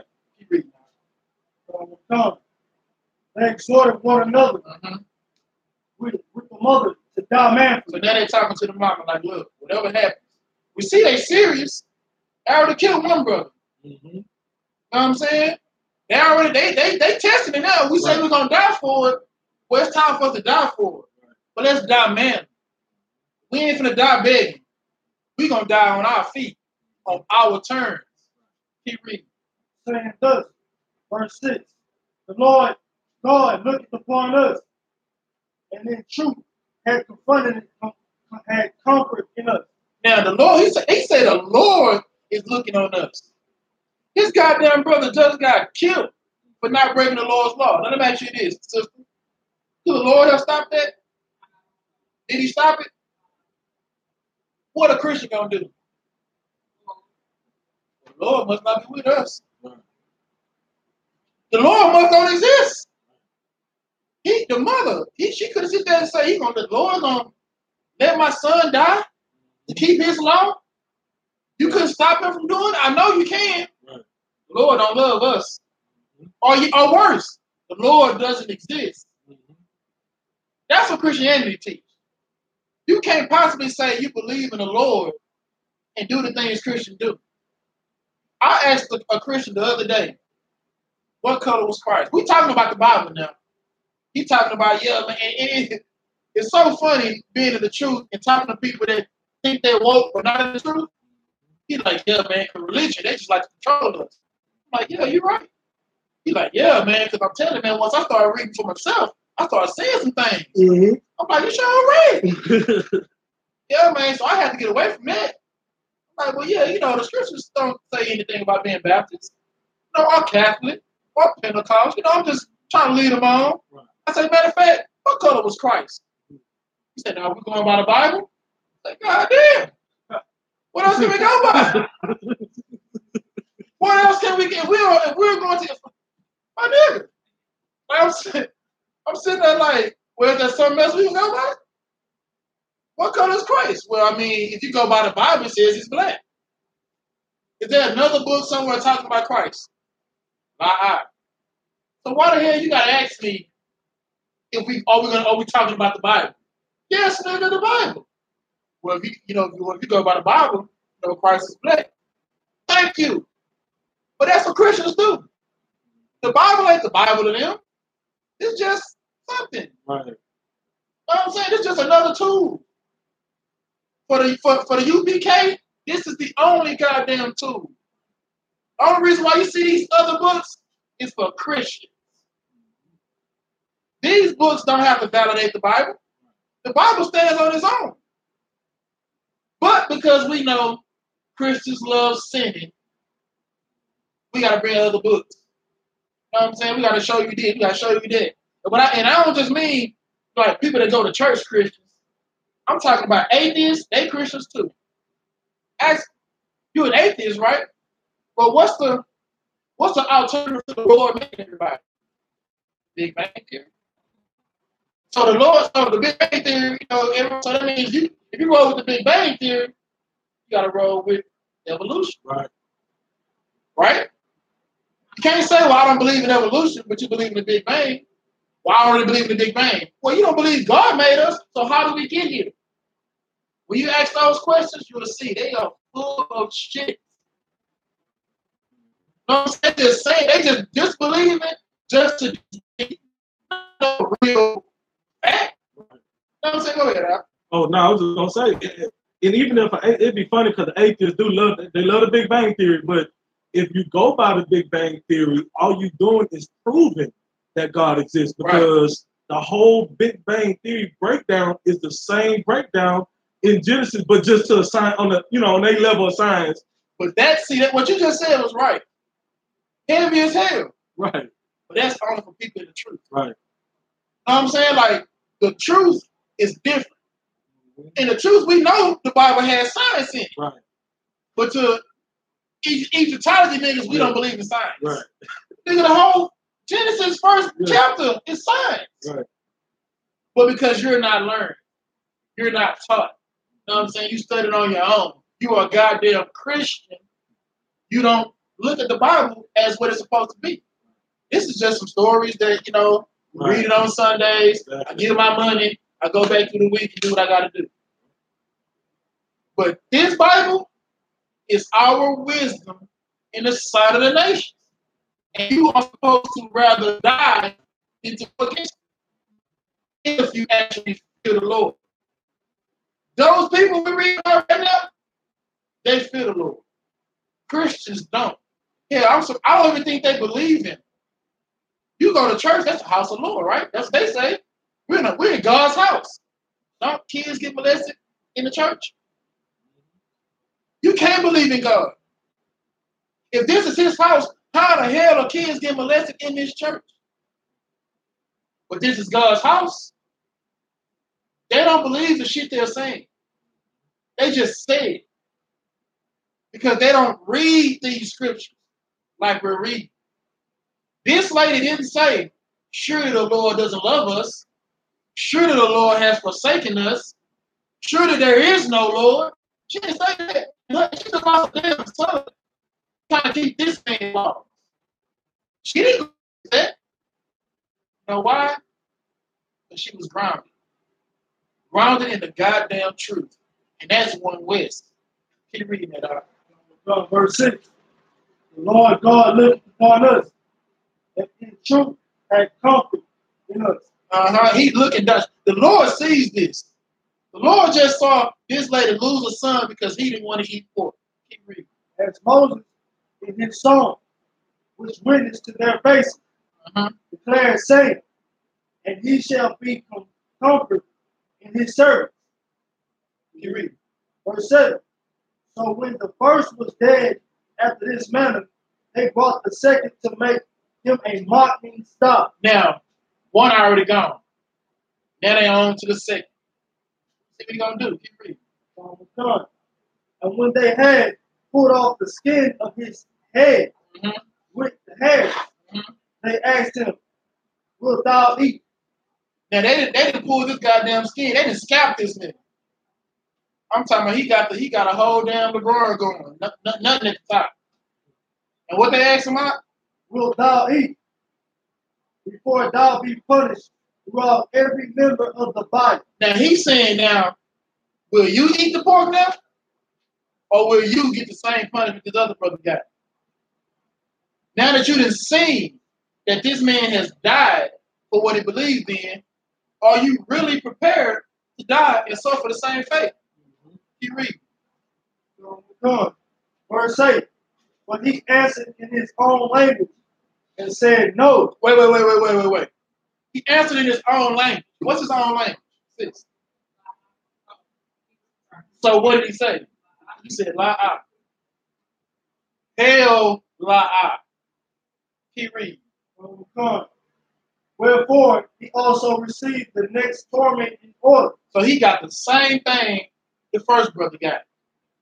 No one is coming. But if you say you one west till they bury you, then damn it, let them bury you and you still be one west. Don't not be one west. Now you ain't trying to get buried. That man say, I'm still no deal. I am still la-ah. You done scout me. I see you got them frying pan here. You still got the rolling boiling water like you trying to boil some damn eggs. But I'm still no deal because of who I believe in, because of who I am. I'm YAHANNA, the prince of the power. I am royalty. And rather give you the satisfaction of me breaking my father's laws, I would rather do what? I would rather die. Come. Wherefore he also received the next torment in order, as the former did. Right. Verse 9. And when he was at the last gasp, he said, thou like a fury, takest us out of the present life. But the king of the world shall raise us up. Wait. He said with his last breath, what? Thou like the fury takest us out of his present life. He said, thou like a fury takest us out of this present life. He's saying, I know I'm about to die. I know I'm about to die. But you're only taking me out of this present life. Why are you saying present life? Because you know it's coming back. Because reincarnation is real. You know it's coming back. This ain't the end. Hell, we've been here, I don't know how many times. Like, we've been leaving and coming and leaving and coming and leaving and coming and meeting and separating since the beginning. So what? So what if this life Malakwa has to die before he breaks the commandment? It's fine. So when I come back, he's gonna reward me in my next life. You know what I'm saying? The place of judgment is under the sun. This is the place of judgment. But keep reading. Read that again. And when he was at the last gasp, he said, thou like a fury takest us out of this present life. But the king of the world shall raise us up. The king of the world shall raise us up. Keep reading. Who have died for his law unto everlasting life. Now this is a no-brainer. Who has died for the laws of everlasting life? Christ. He already know this. You only taking me out of this present life. But that chosen one, Christ, he gonna raise us up. And do what? Unto everlasting life. Keep reading. So we'll come, verse 10. After him was the third made a mocking stop. That's up to the third one. Remember, he said that on his dying breath. His last breath, he told him that. He didn't cry and act like a coward. Because there's no cowards in the UPK. You know why no cowards in the UPK? There ain't no goddamn cowards in the scriptures. That's why. You know what I'm saying? We no cowards, no excuses. I didn't really want to eat the pork, but they was killing my brothers. Go ahead. No excuses. No cowards. You know what I'm saying? They keep reading now. Verse 10. After him was the third made a mocking stop. Uh-huh. And when he was required He put out his tongue. And he know what it is. When it was his time, he put it out. I ain't tripping. I know what you're going to do. But just like you got to do what you got to do, I got to do what I got to do. It's my time. Keep reading. And that right soon, holding forth his hands manfully. Manfully. Not like a bitch. Manfully. Keep reading. Verse 11. It said courageously. It said what? It said courageously. Courageously. Keep reading. These I had from heaven. And for his laws I despised them. And from him I hope to receive them again. Right. You read. Verse 12. And insomuch that the king and they that were with him marveled at the young man's courage. And this nigga like, goddamn. Like, this is a real nigga. Like, I know we use that term real loosely. Oh, he a real nigga. Oh, he a real nigga. Oh, he a real nigga. That term should not be used loosely. Because the king seen that and saw that this was a real nigga. Like, these Israelites are some real niggas. You know what I'm saying? And the brothers in the UPK, those some real niggas. Because every goddamn Saturday, they out on the goddamn street corners in Esau's kingdom prophesying the goddamn destruction. Have y'all ever put that in perspective? Somebody come in your house and say, yeah, man. Oh, y'all cooking bacon in here. The Lord's gonna destroy all this. Oh, yeah, interracial marriage. Oh, y'all homosexual. The Lord's gonna kill all y'all in their house. You know what I'm saying? Courageous men. Real niggas. Keep reading. But that he nothing regarded the pain. So if he nothing regarded the pain, what just happened? What? 6. Taking it. Like a what? Like a man. They ain't say he in there hollering like a bitch. Oh, okay, well look, let's just give me a little bit, give me just break some of the fat off. Not this brother. Put his tongue out like he had to. Took his stripes like a man. Like a man. And then we today read about it. Keep reading. Verse 13. Now when this man was dead also, they tormented and mangled the fourth in like manner. That's right. You read. Verse 14.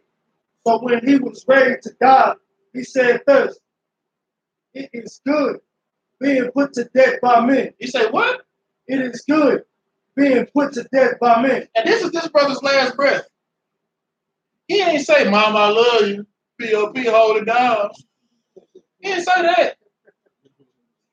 He didn't say that. He didn't say, let it just stop with me. Please have mercy on them. He didn't say that. But his last breath, what did he? Go ahead. He didn't say, I sinned, but barely. He didn't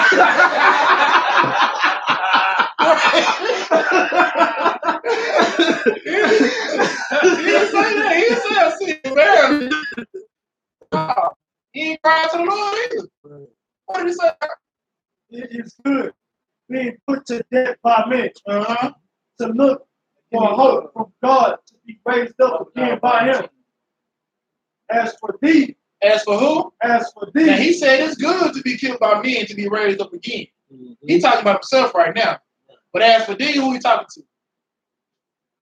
The men that's killing them. The men that's killing them. What did he say to them?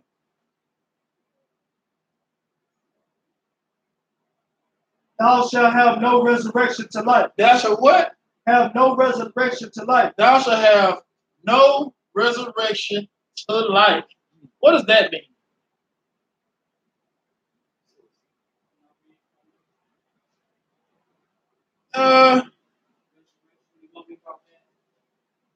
Not in this instance.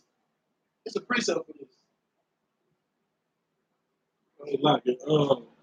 I know it will be a resurrection for them, but when it says to life, meaning like because you're in the truth, you have life, right? So that means you're gonna be resurrected to like your faith is still like gonna be still as the way you're gonna live is not gonna be righteous. It's gonna Okay, be, wait, let me help you out. You're shot. I want to say life like you ain't enjoying nothing, like, you know, they gonna be resurrection, you know, like Think about what's happening. He is dying. He said it's good to be killed by men. Read it again. it is good being put to death by men. Uh-huh. To look for hope from God to be raised up again. Right. As for thee, thou shalt have no resurrection to life. I'm going to get to you. Read what you got out. Obadiah 1 and 10. For thy violence against thy brother Jacob, shame shall come over thee, and thou shalt be cut off forever. For how long? Forever. For how long? Forever. Forever. So what you doing to me, I'll die for that. What's going to happen to you? You're going to die for that. And there's what? Read that. The last part. Gotcha. Thou shalt have no resurrection to life. Thou shalt have no resurrection to life. You're going to be cut off forever. Keep reading now. Verse 15. Afterwards they brought forth the fifth also. So now, 4 of them gone. Mind you, this lady is watching this. She is watching her kids die for the Lord, for the truth. She is watching her sons be mutilated and horribly murdered for the truth. Because of some goddamn bacon. Some goddamn bacon. That's small, right? Christians eat pork all the goddamn time. Oh man, that's just, just bacon. It's just pork. The Lord ain't really worried about that. The least of these commandments. You break the least of these commandments, yeah, it's going to be least in the kingdom. Now, a lot of these Israelites are going to be least in the kingdom. Right. And they so Christian, you know what they say? At least I'm going to be in the kingdom, right. bro. Right. Okay. All right. Whose kingdom is this right now? Esau, right? Aren't there white homeless people in their own kingdom? So you're going to say, well, at least you're going to. I see white homeless people all day in my slave. I bet you, who knows the 4 words I utter to myself when I see a white homeless man? You shot it. Most High in Christ. I don't got to say it loud. I don't have to point at him. I ain't got to make fun of him. I open the door, see him digging in the trash can. Most High in Christ. You are least in your own goddamn kingdom. Mm-hmm. Now, I mean, if you don't want to be the one in the Bentley, that's fine. We do need people to watch the Bentleys. Right. That's fine. Right. Go ahead with your high and your shy and your yahoos.com and whatever the hell y'all. I ain't gonna lie to you. Saying the word Yah is gay as hell. Referring to the Lord as Yah, first thing that comes to my mind is like you blowing rods.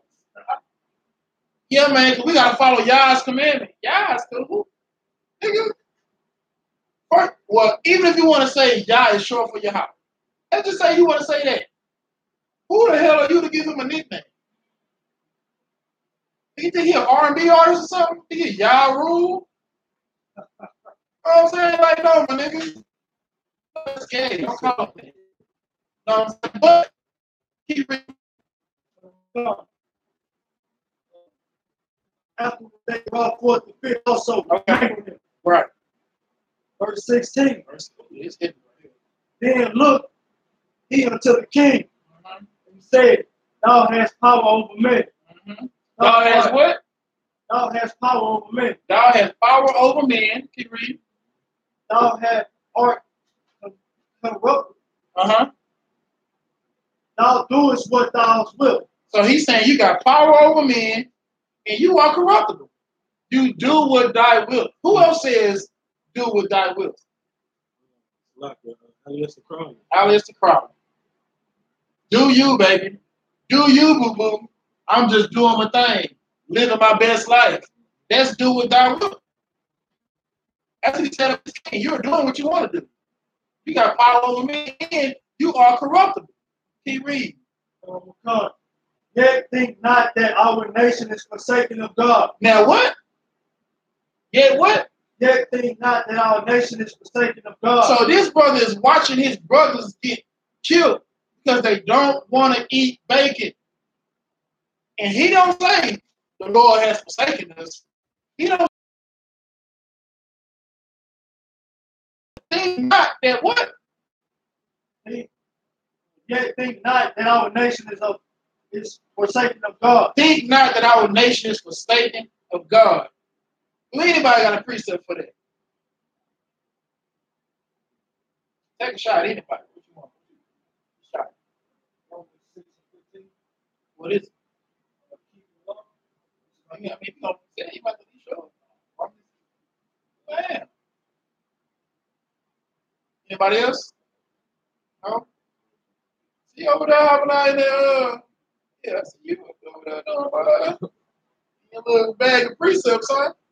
I'll be surprised you get this. Can you read the original scripture one more time? Yeah, read that again, verse 16.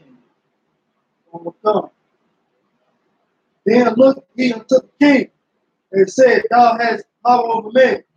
Thou art corrupt. Thou doest what thou wilt. Yet think not that our nation is forsaken of God. Yet think not that our nation is forsaken of the Most High.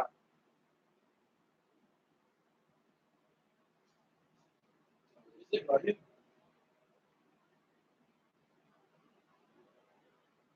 I'll go ahead and give it to you. Oh, you want a shot, Abana? I don't got it. Somebody give me 2 Corinthians 4 and 8.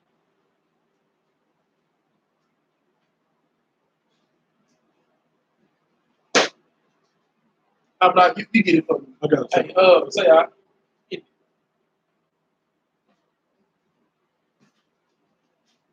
The book of 2 Corinthians, chapter 4, verse 8.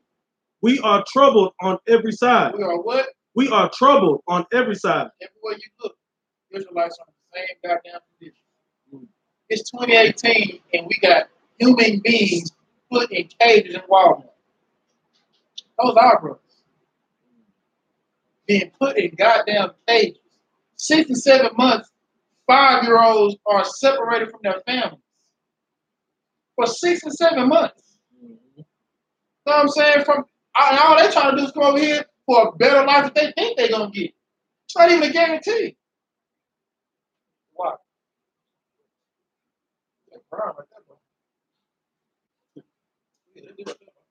But yeah, you know what I'm saying? Keep reading that. Yet not distressed. Not distressed. Keep reading. We are perplexed. We flex every goddamn day. Scriptures say, what is it about a wise man being angry? No, I'm just saying, what is it? Go ahead. Pressure make a wise man. Pressure make a wise man angry. We flex all day long. Keep reading though. But not in despair. Persecuted. We persecuted every day too. But not forsaken. But what? But not forsaken. But what? But not forsaken. But not forsaken. Keep reading. Cast down. But what? But not destroyed. Cast down, but not destroyed. This is correct, brothers and sisters. Right now, they cast down. They're not destroyed. They got a chance. That's why our mission is so important. That's why we got to get out there as much as we can, use our platforms, use this devil's tool of the internet, and get this message out here that you are loved. You have a home. We are family. Blacks, Hispanics, and Native Americans are the chosen children of Israel. It's going to take Judah to do it. That's why we're doing it now. Everybody follows Judah's lead. But because America pits us against each other, black and brown just can't mix. When a goddamn choice drink is Hennessy and Coke. Hennessy and Coke is the perfect goddamn combination. But black and brown can't mix. That's because we've been taught wrong. We're supposed to have compassion for our people that is going through. I know Israelites just talking about what, I mean, they don't subscribe to being an Israelite. But that Israelites talking about how they don't like Mexicans. How some niggas are saying Mexicans are not our brothers. I'm gonna put you like this, my nigga. You better stay on the internet. You come to the camp and say that, I'm gonna put the pause on. I've been in the truth for a while, not that long. I don't know if I've been in that long enough to take that kind of disrespect to my Hispanic brothers. To say what's happening to them ain't biblical. To say that somewhere in our history we didn't get the same treatment. If you're gonna wink at what happened to them, what the hell they were doing to us? We've been saying they speak Spanish because they're Spaniards. We speak English because we were conquered by the English. Oh yeah, but man, they was getting raped. Nigga, what you think they were doing to slaves? Oh, I get it. They raped all the Mexicans out. So all of them Spaniards. But nah, they didn't do us like that though. You know, same thing, my nigga. The same reason why we're not Africans, because Israelites are still making babies. The same reason why we're not white men, because Israelites are still making babies, is the same reason why Hispanic brothers are not white either. Because Hispanic brothers were still tying fire and producing kids. You know what I'm saying? The Lord has not forsaken us. Read that. Jeremiah 51:5. For Israel have not been forsaken, nor Judah of his God, of the Lord of hosts, though their land was filled with sin against the Holy One of Israel.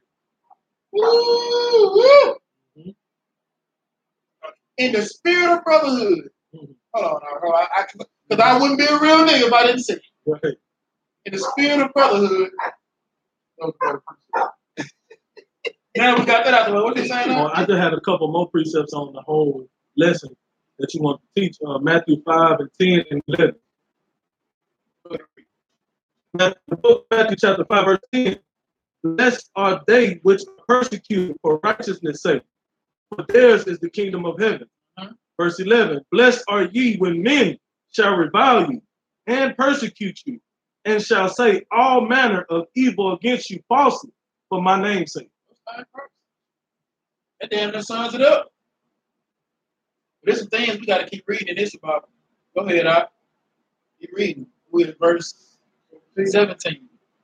But abide a while, and behold, his great power. He will torment thee and thy seed. Right. Verse 18. After him also they brought the 6. Now, 5 of them are dead. And they're working on the 6th. What you think gonna happen? You think gonna stand firm? Let's see. Read on, Doc. Will come. Who being ready to die? Being what? Being ready to die. Being one west till they bury me. Keep reading. Say, be not deceived without cause. For we suffer these things for ourselves. So we do what? Suffer these things ourselves. For what? Having sinned against our God. For having sinned against our God. We suffer these things for ourselves for having sinned against our God. He didn't say the Lord just picking on us. He didn't say, oh, well, you know, bad things happen to bad people. Or sometimes bad things happen to good people. He didn't say that. And he about to die because he didn't want to eat the bacon. So he's not even sinning. But what did he say to For we suffer these things for ourselves. We suffer these things for ourselves because of what? Having sinned against our God. For having sinned against our God. Now, what Christians don't understand is he's talking about the nation as a whole. There's no individualism when it comes to Israelites. The gayest thing I've heard them say outside of Yah is their personal relationship with Christ. And you got so you, a homosexual, not you, but then you're, add like a homosexual. A homosexual got a personal relationship with the Most High. Like what y'all on first name basis? You know what I'm saying? Like you in church singing, you got tears in your eyes, you're humming, you're swaying, and stuff, singing love.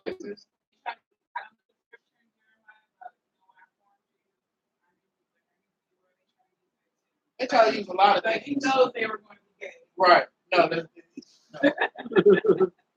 You're just a homosexual. Right. And now you're singing love songs to the Lord, who is a goddamn man of war. Right. He is a man of war. And you out here talking about ride your King Jesus. Ride you hard, my nigga. Because Christ came in the image of his Father. So Christ is a man of war. Ride, what you mean? Right? You ain't finna ride Christ. Nigga, bikes got pegs now. Nigga, you ain't getting on the seat with me. Know what I'm saying? But Christians don't understand that. They don't understand that it's the whole nation as a whole. I can sit here on my own and say, I'm keeping the law. I'm good. But my people not. So as a result, we are still on the bottom. Because we haven't collectively come together, you know what I'm saying, and separated from these other nations. So read that again. Be not deceived without cause, Uh-huh. for we suffer these things ourselves, Mm-hmm.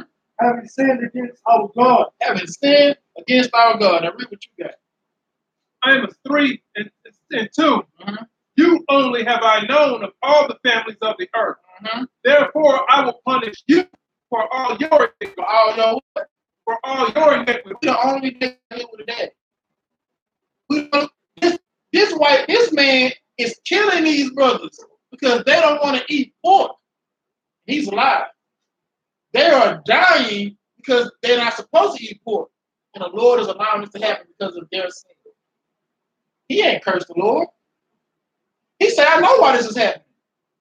I know why. We can read it again. Why you know why? For what? For we suffer these things ourselves, Mm-hmm. having sinned against our God. Having sinned against our God. Keep reading though. Therefore, marvelous things Mm-hmm. were done to us. Right. This is a marvel. Niggas frying boys, deep frying. Boiling niggas in cauldron pots. Keep reading. Verse 19. But think not that thou takest the hand to fight against God, Uh-huh. that thou shalt escape unpunished. And that's your what? That thou escape unpunished. Now, think about the set. Think about what's going on. 5 people killed already? 5, right? 5 of them dead. He's still talking shit. He is talking shit to him. Yeah, you killing us. Okay. You a man. You a leader of men. You corruptible. You doing what thou wilt. But don't think you're gonna escape unpunished. And that's the most high Christ right there, because the scriptures teach us that too. That you still know what I am? You know what I am, 15. Read verse 19 again before we pull that. But think not thou that takest the hand to strive against God, Mm-hmm. that thou shalt escape unpunished. Now he's striving against God, killing the Lord's children. And he's telling him, don't think you're going to escape unpunished. While he's taking his punishment, it's like adding fuel to the fire. But these men are fearless. Why are they fearless? Who know why they're fearless?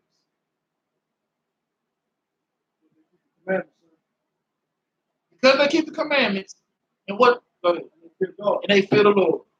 When you fear the Lord, you become fearless. You know what I'm saying? I don't know what you do. Like, and we say some things. We get under some skin. On Facebook, we say some things. We get under some skin. You know how many times people say that they're going to pull up to the camera?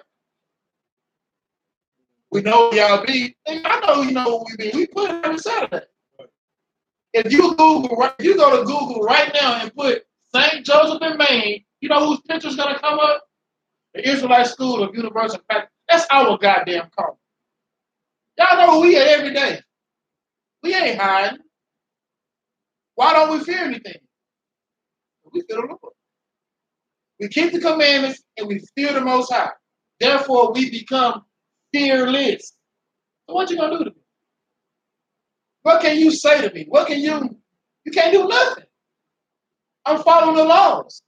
And even though I'm following the laws, I know I can go at any moment, it doesn't matter to me. As long as I keep these commandments, love my brothers, follow these laws, I don't got nothing to fear. Because me following the laws is me fearing the Lord. As long as I fear him, who the hell are you? Who are you? You got a gun? I'm pretty sure they didn't start making them when you got yours. Some just gave me a clue. I don't know what it was, but I'm sure you're not the only one with guns. So what am I supposed to fear?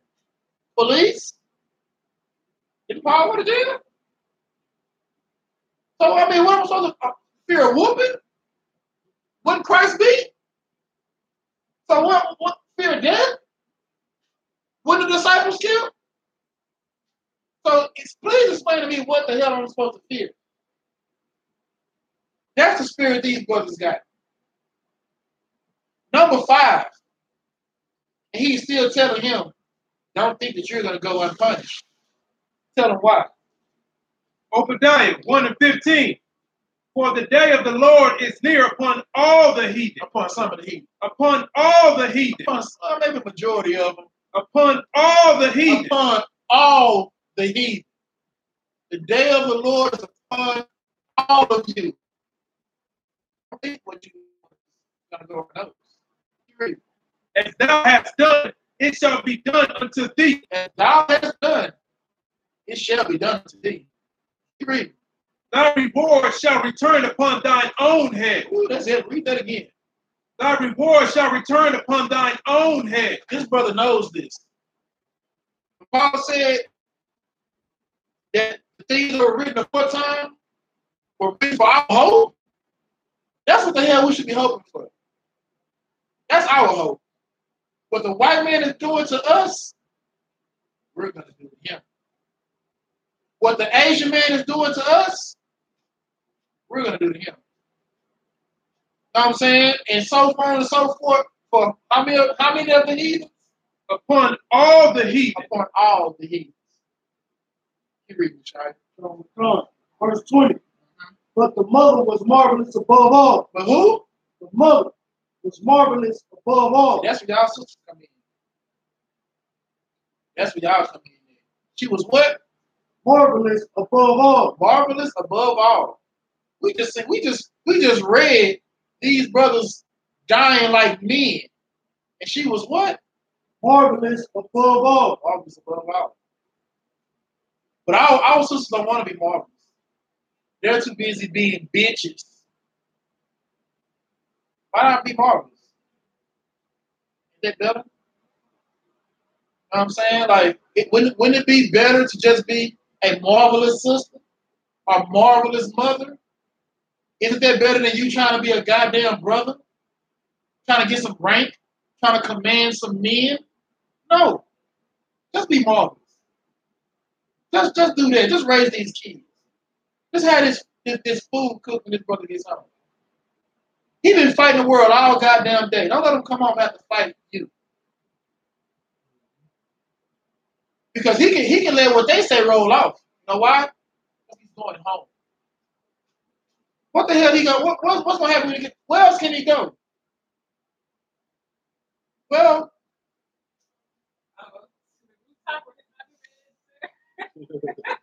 he definitely can do that. Real talk. He gonna go to that rooftop. And it's better to dwell there than to be with a goddamn Targaryen. You know what I'm saying? Like, be his comfort. Not a bitch. Be marvelous. Why is this marvelous? Let's keep reading now. So, worthy of honorable memory. Mm-hmm. For when Wait, what? Worthy of what? Honorable memory. Worthy of honorable memory. Honorable. That's what I be striving for, sisters. Instead of striving for hating on one another on social media, instead of striving for talking down on your sisters. I know y'all got your little cliques and little coalitions that these sisters don't like this sister and these sisters don't like this sister. Why not just be marvelous and honorable? Something that somebody's gonna remember. Something like this sister right here. She damn sure done her job. But we ain't finished yet. Keep reading her. Keep reading about that. Come. For when she saw her 7 sons slain with the space of one day. The space, one day. How long it take for a woman to bear a child?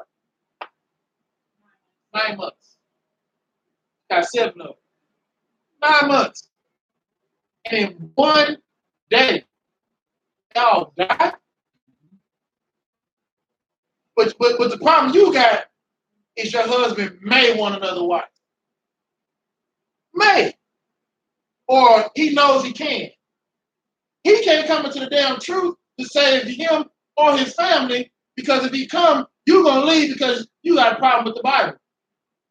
Or like they say, we twist the scripture. So you're going to let him go to I.U.I.C. and get dick pics. Then have to explain to your sisters, you know, hey, I went through his phone and, you know, I mean, I don't know how I got there. There was a tabernacle. So in order, you would rather your husband receive anonymous dick pics than to be righteous in the UPK, all because you can have another wife. And that's not even something this ain't our Bible. It's the Lord's word. But okay, in the kingdom, you're gonna have more than one wife. So what, you gonna allow it then?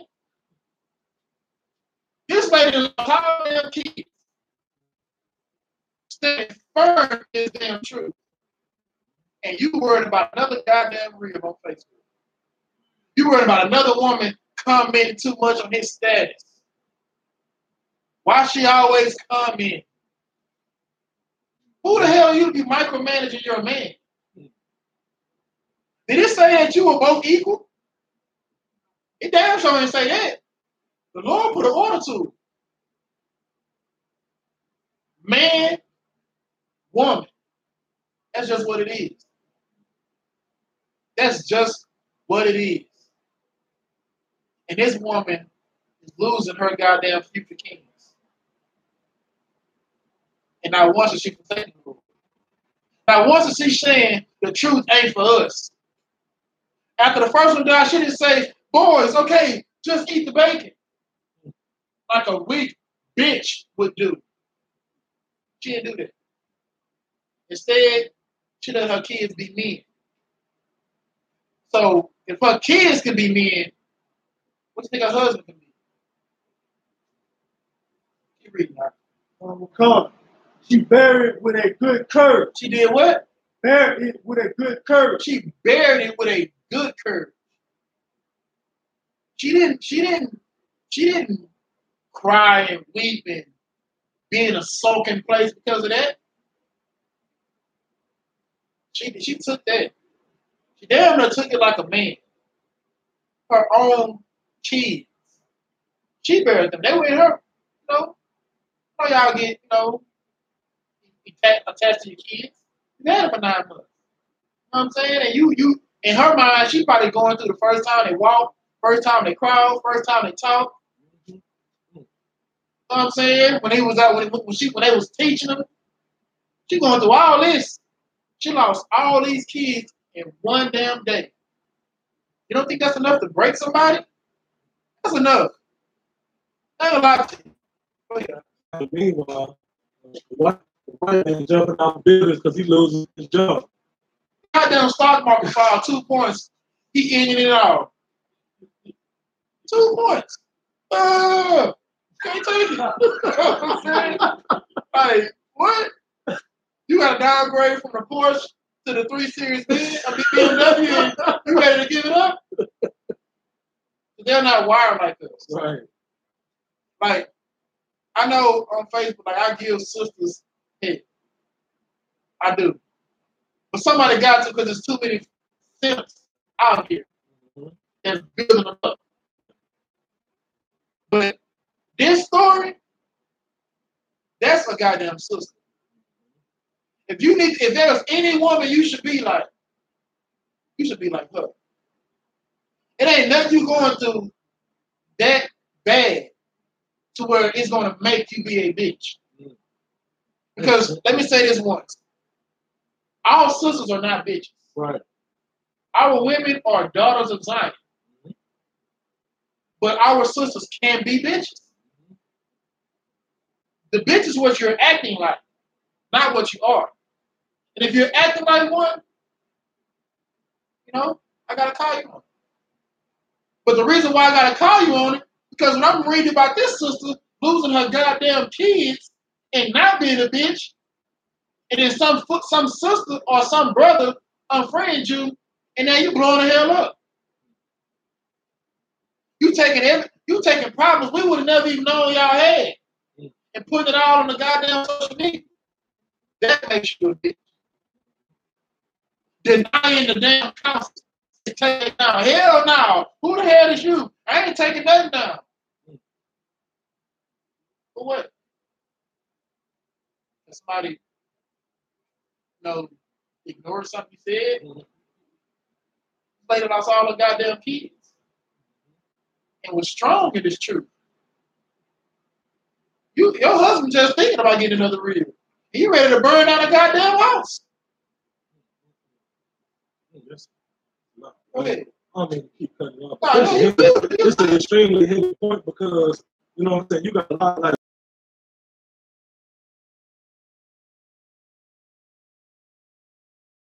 we like to blame a lot of stuff that happened to us and make it a mental issue. Like we try to, man, I'm crazy or PTSD or whatever. Like you said, this woman lost 6 kids. That's enough to make, if anything enough to make you have PTSD or make you mentally ill, that would. That's your kids. You know what I'm saying? Not 1, not 2. Maybe the first 2 you probably be like, okay, if you just save the rest of them, I'll be 6. Like that's that you. At that point, that woman had mental issues and PTSD, and she still stood strong for the Lord. Like so, ain't no excuses. Ain't no excuses. Right. That's the beauty about this school. It's a gift and a curse. Right. Nigga give you an order that needs to be done in 30 minutes. No excuse. That's what it is. You gotta get it done. No cowards, no excuses. This ain't we don't just say things just to say it. That's what Christians do. When we say no cowards, damn it, it's because there's no cowards. It's because although we got a goddamn death threat on the whole camp, we're still gonna be at St. Joseph and Maine Saturday. No cowards. No excuses. You know what I'm saying? Like it's just what it is. And this lady, this woman and her kids, they showed that it was no cause, no excuse. But keep reading, now. We ain't over. We ain't done yet. Because of the hope that she had in the Lord. Because of the what? The hope that she had in the Lord. Because of the hope she had in the Lord. Not the anger she had. Not the sorrow for her kids. She still had hope in the Lord, although her kids just died because they didn't want to break the Lord's law. The Lord could stop it. But through all that, you know what she did? She held on to the hope that Paul was talking about. The scriptures give us that comfort, that hope and that patience. Because I can read back and I can look at this sister and be like, damn, is my day really that bad? Mm-hmm. I mean, it's just weed. You know what I'm saying? Just weed. I mean, it's small. It's medicine. Mm-hmm. But you want to break the least of the commandment. They didn't. They didn't do it. She seen what happened to all them, and she still didn't do it. That's a real woman. She's not a real woman. Just one.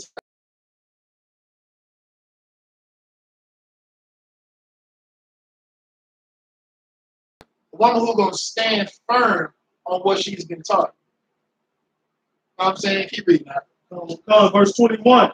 Yea, she exhorted every one of them in her own language. She did what? Exhorted every one of them in her own language. She is pleading to them in their own language. So what's she speaking? Speaking Hebrew. Keep reading. Come.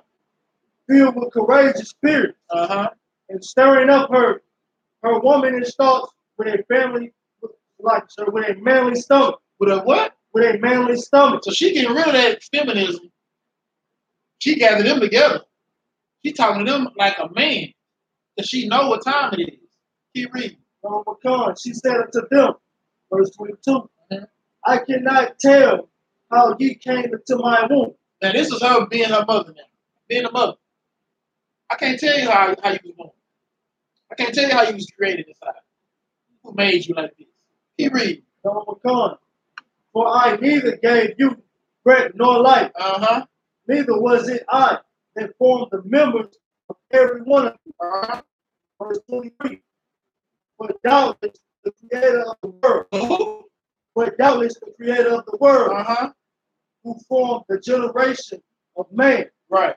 And found out the beginning of all things. So now she's just having a heartfelt conversation with the one that's left. You know what I'm saying? Look, the Lord gave y'all to me. And she ain't doing this crying like, all scared. No. But all that, and she's in a good spirit right now. Keep reading. But also of his own mercy give you breath and life again. As ye now regard not your own selves. Now, wait, read that again. As ye now regard not your own selves.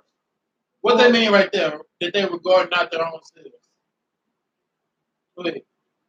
I mean, don't think about yourself. Okay, you didn't finish the end part of that first. As ye now keep going. As ye now regard not your own selves for his law's sake. For his what sake? His law's sake. For his law's sake. Now what does that mean about them not regarding themselves? Don't save yourself because you're afraid to die. You're afraid to die. Damn right. Think about the law. Damn right. When you're staying down the choices of eating pork and dying. Right now we're talking about pork. That's why I keep saying pork. But we can go into anything. Telling a lie and dying. Being a homosexual and dying. Being a bitch and dying. You should rather die. Don't have regard for yourself over the laws. Christians do all the time. They don't deny the flesh. Hell, the flesh is lead. That fresh up getting ready to train in church Sunday. Watch this. The pastor's daughter is usually a what? Like a whore. A whore. How does he know this? You were going to say the same thing too, sis. How do we all know this? How is this a saying that the pastor's daughter is a whore? Because so many pastors' daughters are whores. Right. You know what I'm saying? So they're not denying the flesh at all. These brothers denied the flesh. They denied their willingness to want to continue living life if it meant that they had to break the law. So, smoking weed or dying. It shouldn't even be a comparison. Right. The law is life. You break the law, you die. You sin as a transgression of the law. You will separate yourself from the Most High. Just like we in this school. You sin, you will separate yourself from this school. I'm the UPK right now. As soon as this class over, I get on Facebook and say that the white man can be saved. From that moment on, I'm separated from the UPK. Because that's not in the scripture. That's not what we teach. That would be a sin. That would be a sin.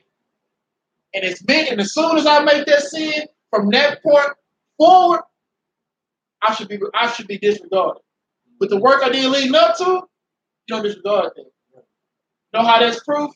We still got the 12 trials chart.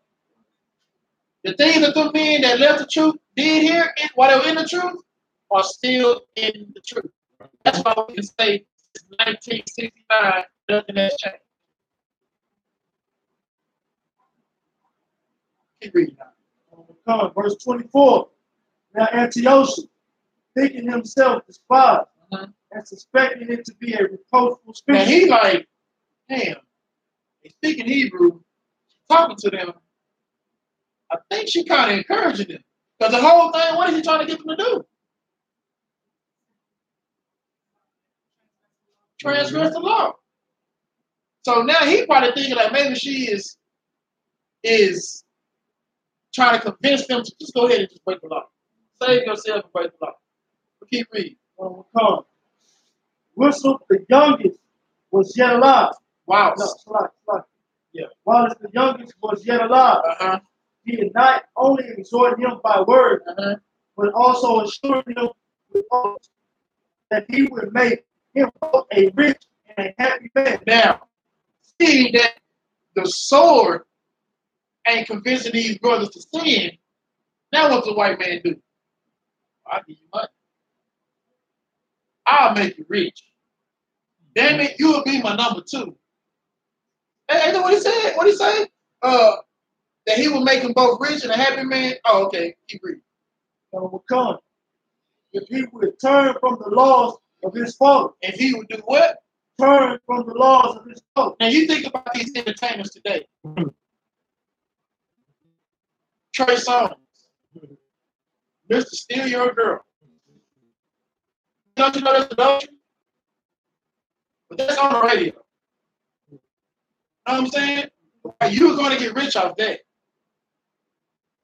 Kanye said, nigga rap about anything except for Jesus. That's an old Kanye. You know what I'm saying? Jesus walked. Feel me? Although it still was Christianity, but I hope that maybe a slither of you might change. But Mr. Steal Your Girl, he everywhere on the radio. That's how his name is Mr. Steal Your Girl. That's some wicked ass shit. It's a lot. You know what I'm saying? Like, but back in the world, probably one of the most players things you can do. Go ahead, Al.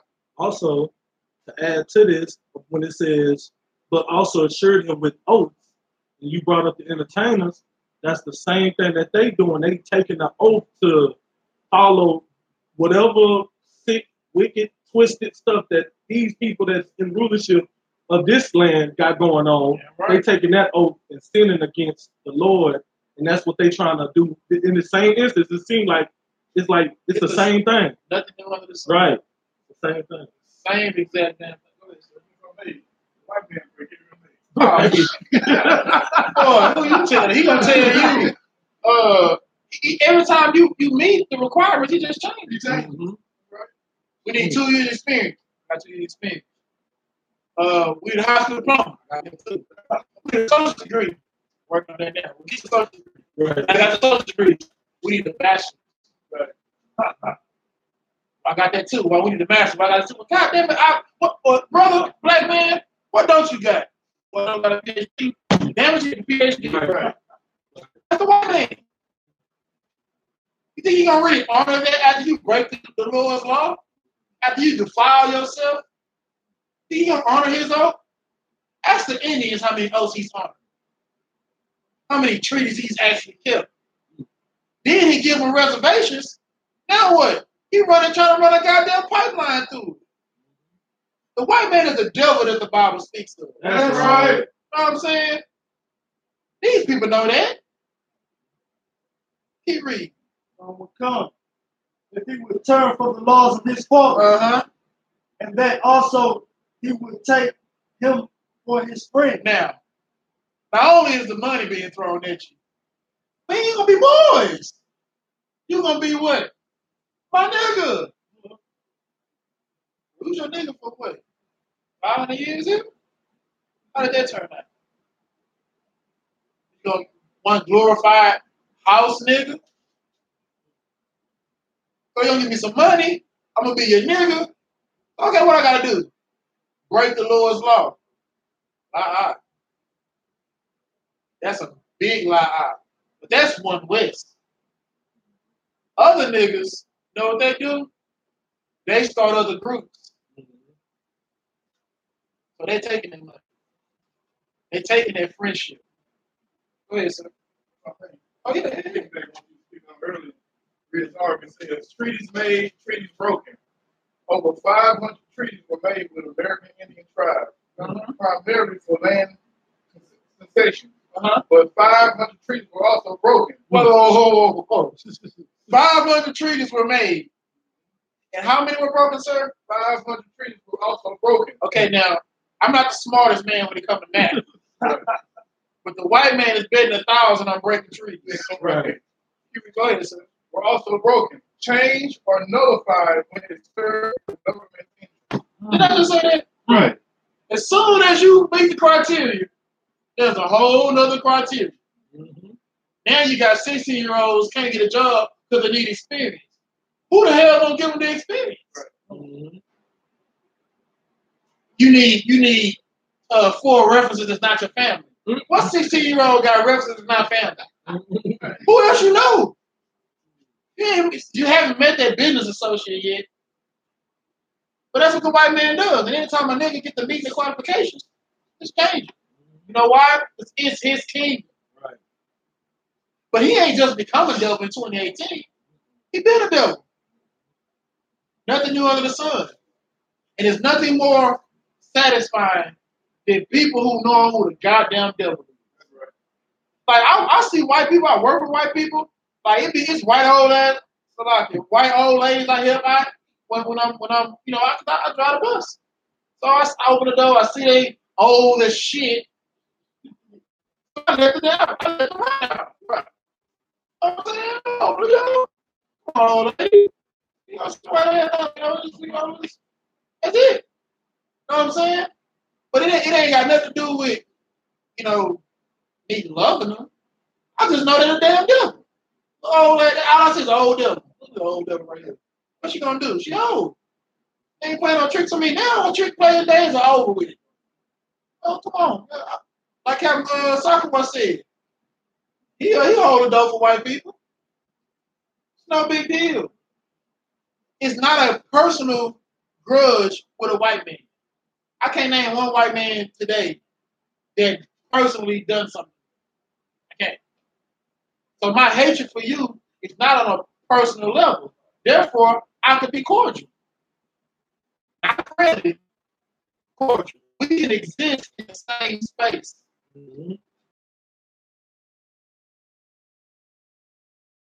No white man.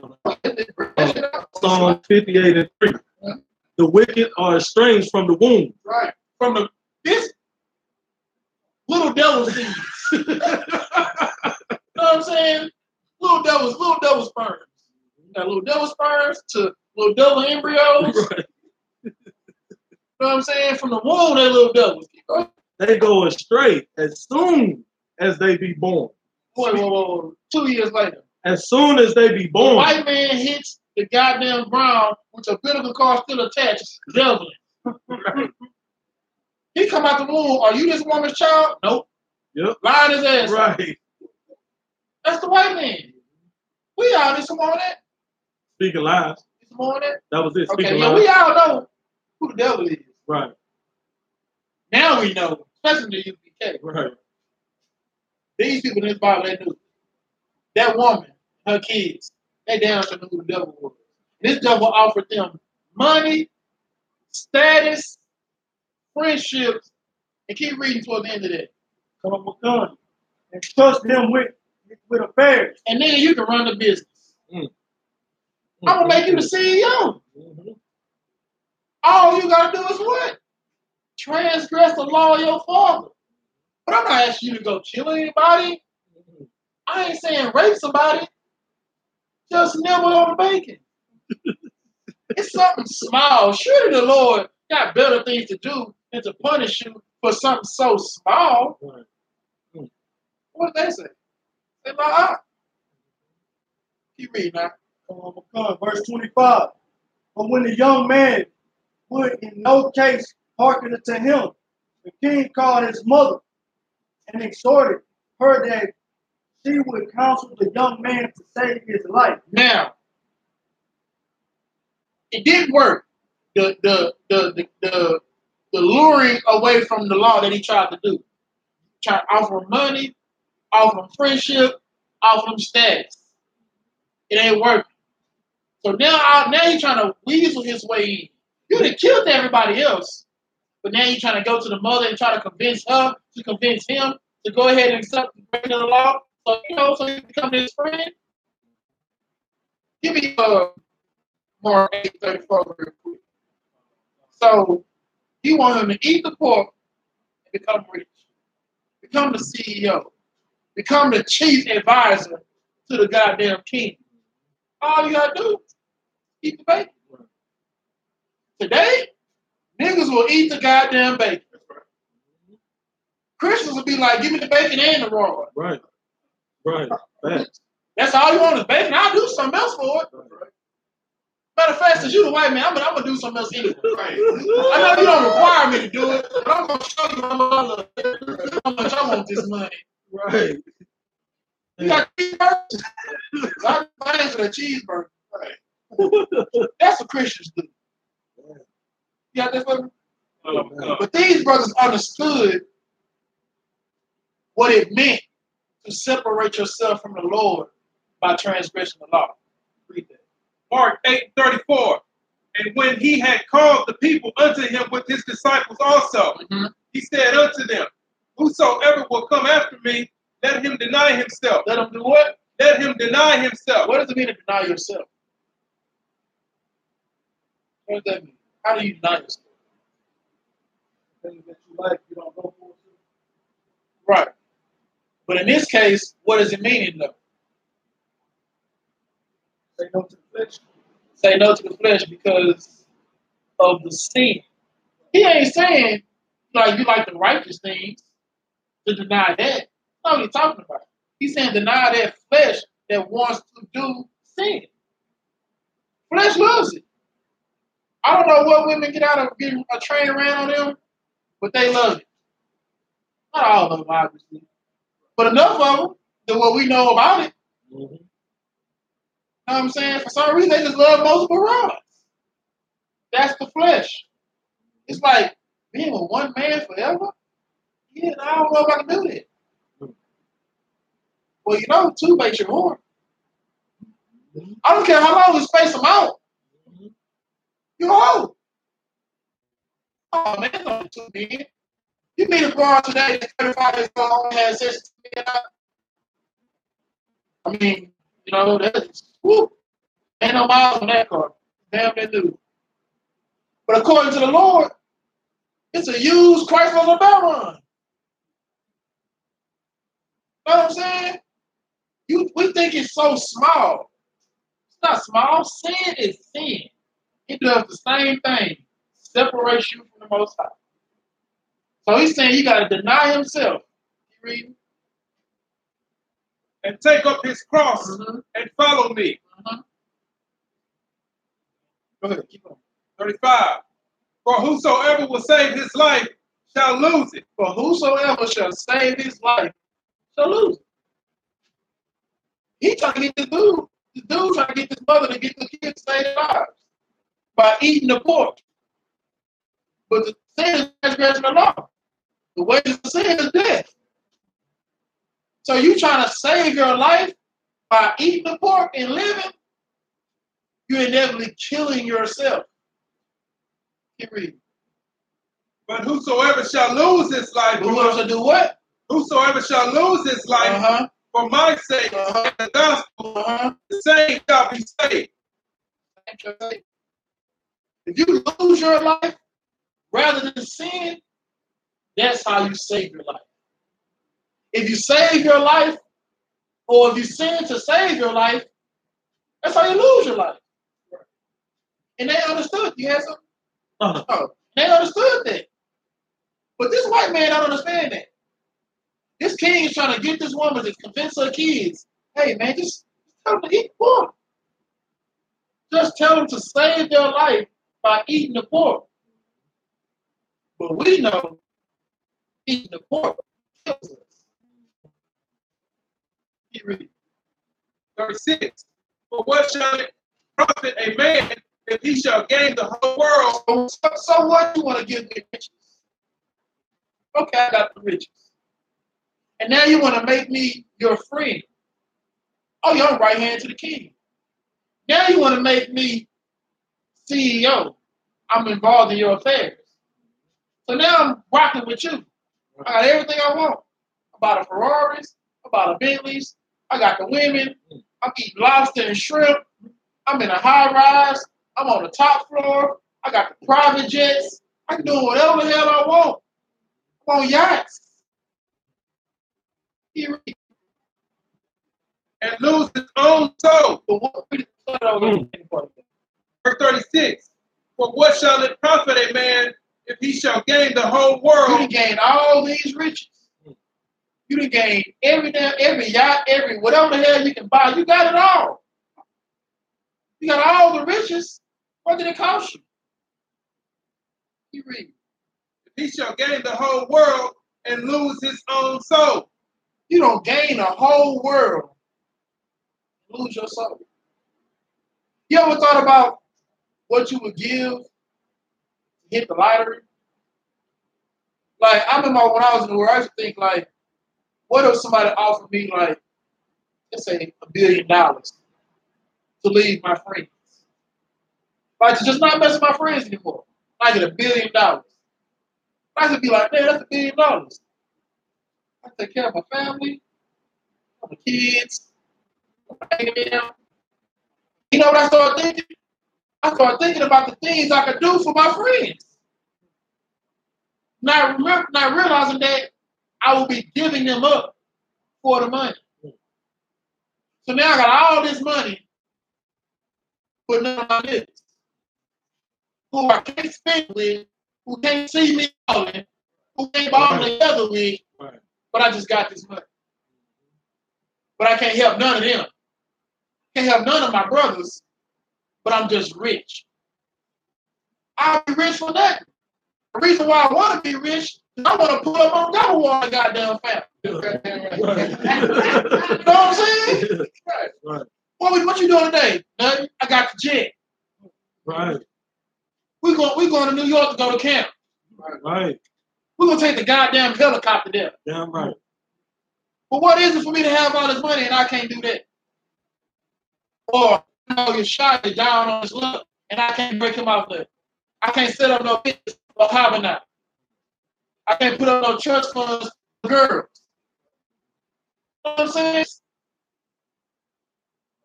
You know what I'm saying? Like, what the hell I'm gonna do? Y'all the only opinions who I give a damn about. If you tell me, goddamn, Malak, you sure did so much to that car, I'm gonna take that to heart over some stranger. But by me taking these riches, I'm separating myself from y'all. So what have I gained? I'd rather be broke with us without. Keep reading. Or what shall a man give in exchange for his soul? How much is your soul worth? What would you give for it? Because this brother, they not eating pork for their soul. That's it.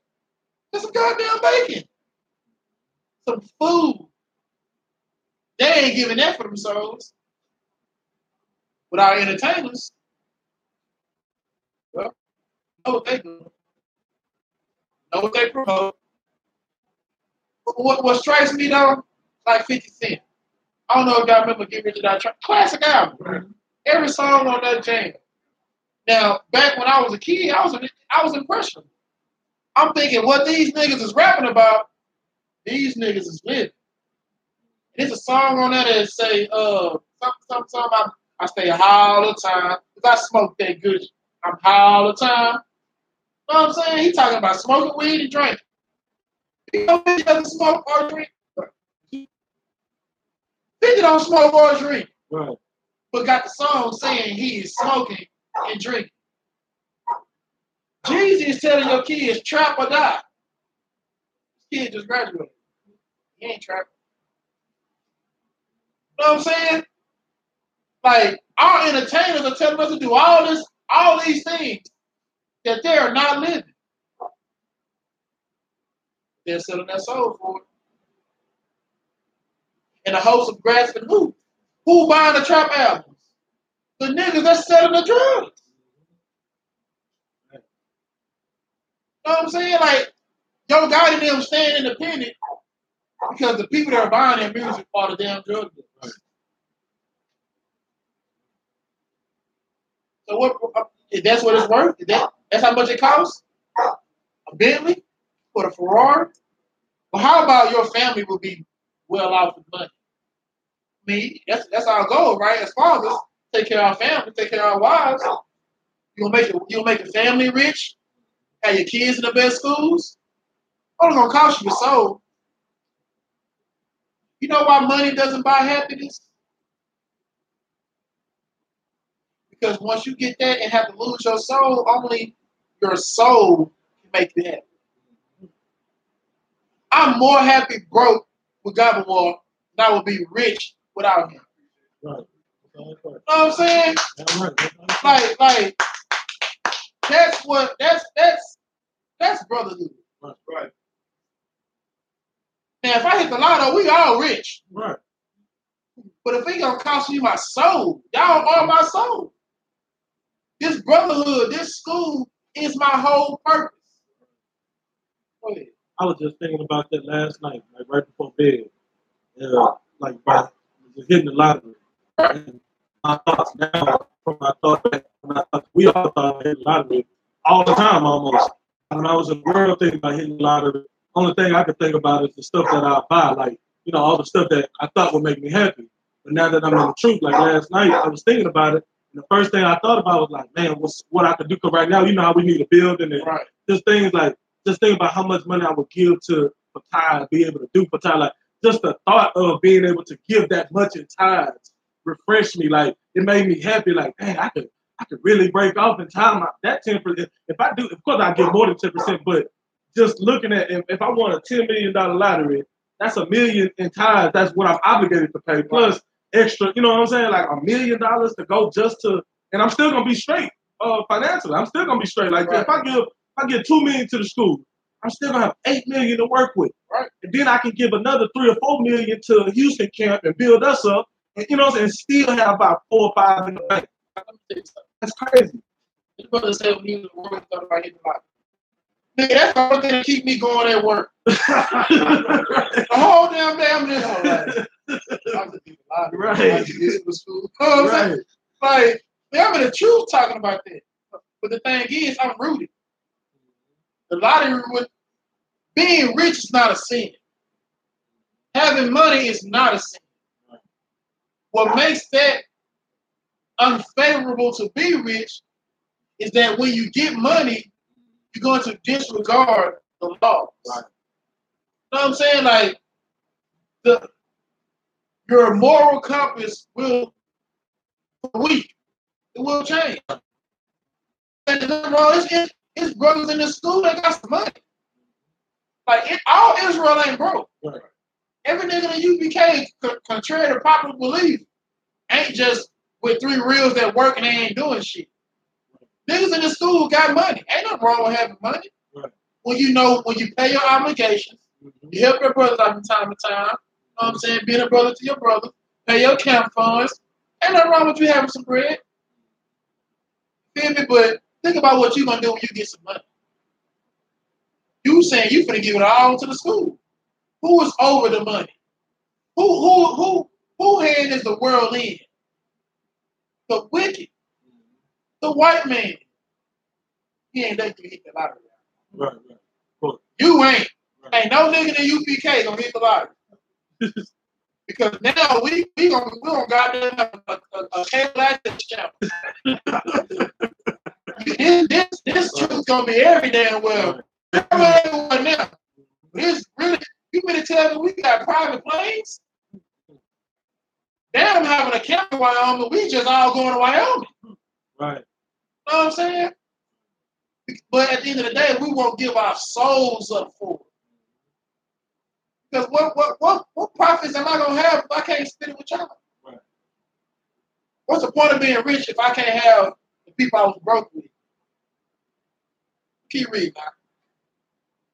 Verse 38. No. That was none of that. Go back to you. Read it at 20. Yeah, 26. Read that. And when he had exhorted her with many words. So now he is talking. He is urging her to tell the kids to go ahead and give in to the demands. That's these ones. I keep reading. She promised him that she would counsel her son. So now she's like, okay, I'll counsel him. What you read? Go read. But she bowing herself towards him, laughing at the cruel tyrant to scorn, spake in her country language. Wait. She did what? Bowing herself toward him, laughing the cruel tyrant to scorn. Laughing.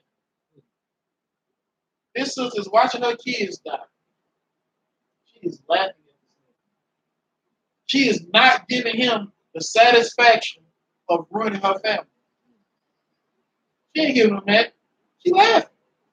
Now what what the hell are you gonna do now? You're killing her kids, so obviously she ain't worried about some damn death. What can you do? How can you punk somebody who's not afraid to die? How are you going to punish someone who's not afraid to die? Like, what else can you do? Like, jail is supposed to deter you from crime. 20 years, 30 years. The death penalty is supposed to deter you from committing capital crimes. When you put, like, with Scare Straight, they don't put those kids with lifers. Why? What? Oh, So they're not trying to, they don't want nothing to happen, so they're just trying to scare them. But why would you think something happened to them? If they put them up. Right. Have nothing to lose. If you are not afraid to die, you don't have anything to lose. You can take whatever the hell you're gonna give me. Okay? Woman is watching her kids die. She's laughing at this nigga. That's how our Israelites are supposed to be. That's why we were always so victorious in war. Because what happens when we die, sis? Come back again. I don't just have one life to live. Want to take this one? So be it. When I come back, I'm going to be rewarded for my diligence here now. Keep reading. She bowed herself toward him, laughing the cruel tyrant to scorn, spake in her country language on this matter. Right. So now she's speaking in Hebrew to her kids. Keep reading. My son, have pity upon me. And this is the youngest son, I believe she's talking to. The baby. This is mama's baby. Keep reading. Have pity upon me that bare thee 9 months in my womb, and gave thee such 3 years, and nursed thee, and brought thee up unto this age. Now she is talking to. She carried him for 9 months, raised him for 3 years. You know what I'm saying? Like, for you to have to give your life, for me not coming to you, begging you to break the law, it's not some pity. Because as a mother, I love my kids. As a father, I love my kids.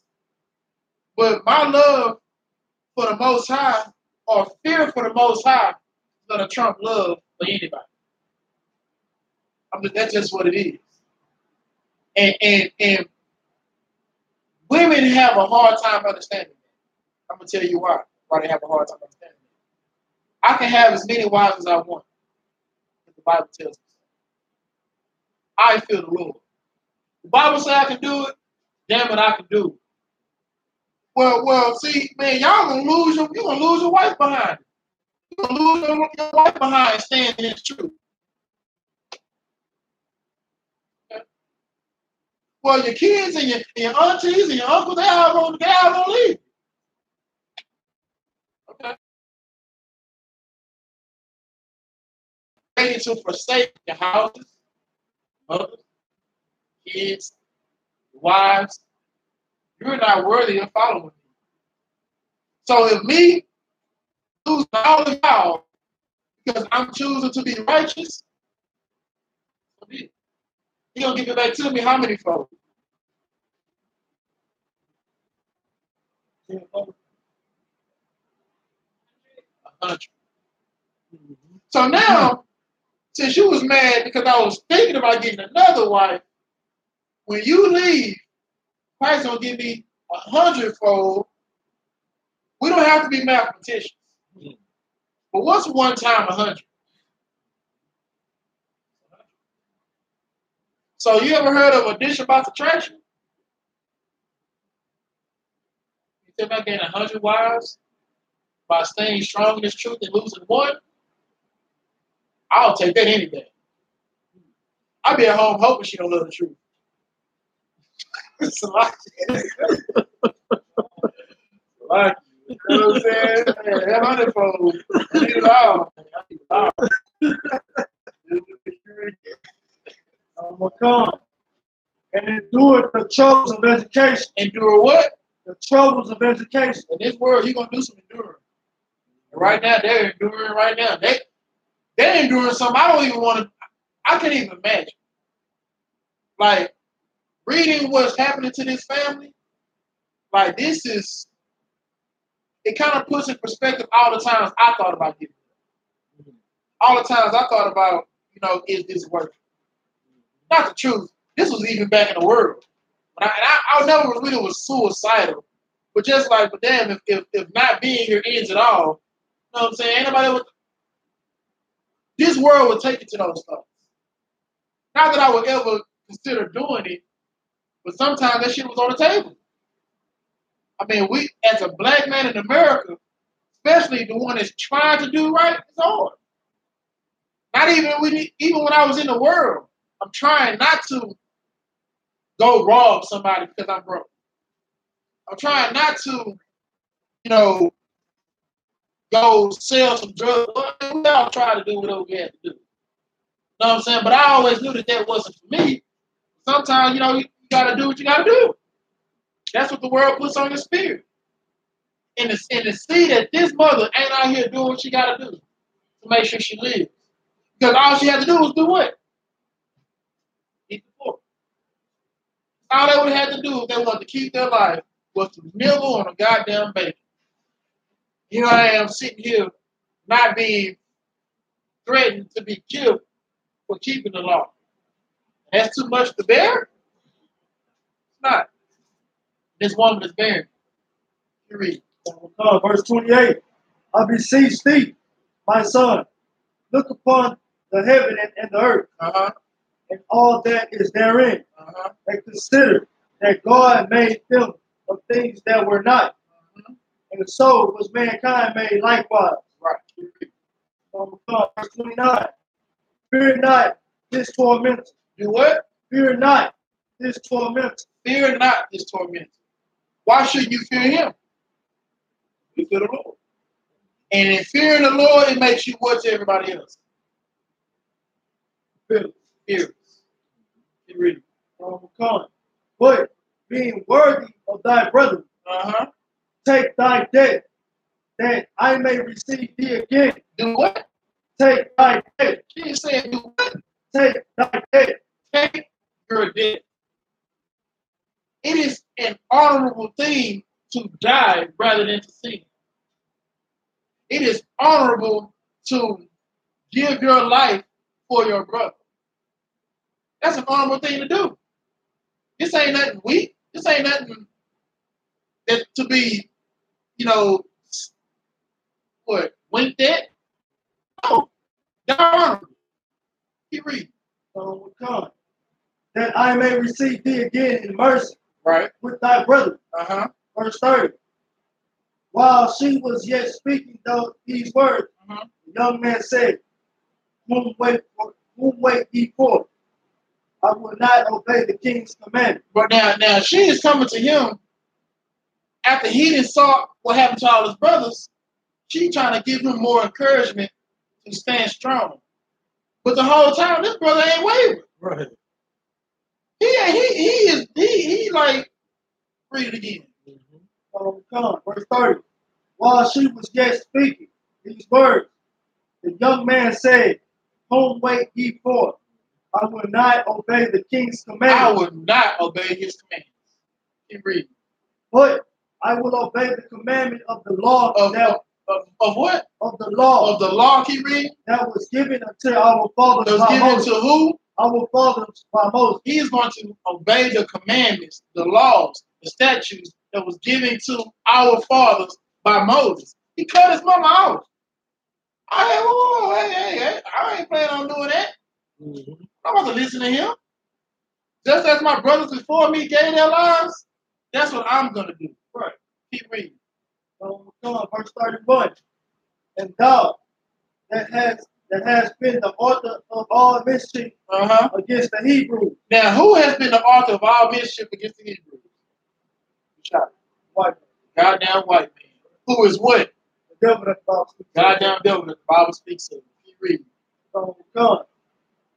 Shall not escape the hands of God. Verse 32. For we suffer because of our sin. We do what? We suffer because of our sin. He knew why they was in that position. He knew why. Because a nation, we are goddamn sinners, just like today. We got homosexuals left and right, lesbians left and right, pork, shrimp, crab, and lobster eaters left and right, adulterers left and right, fornicators, idolaters. Is that a word? Idolaters? Idolaters. Yeah. Idolaters. That's right. All right.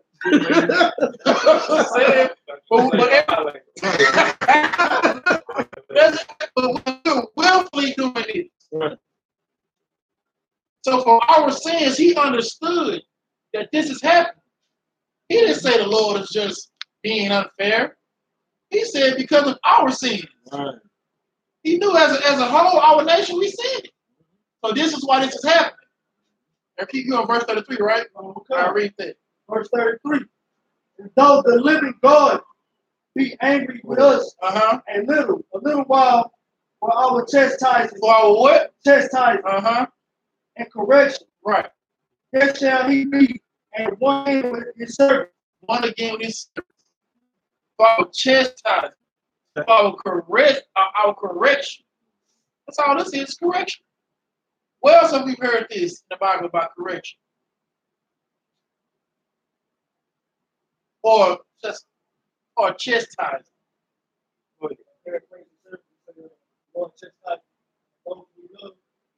Those are that part. Where is it?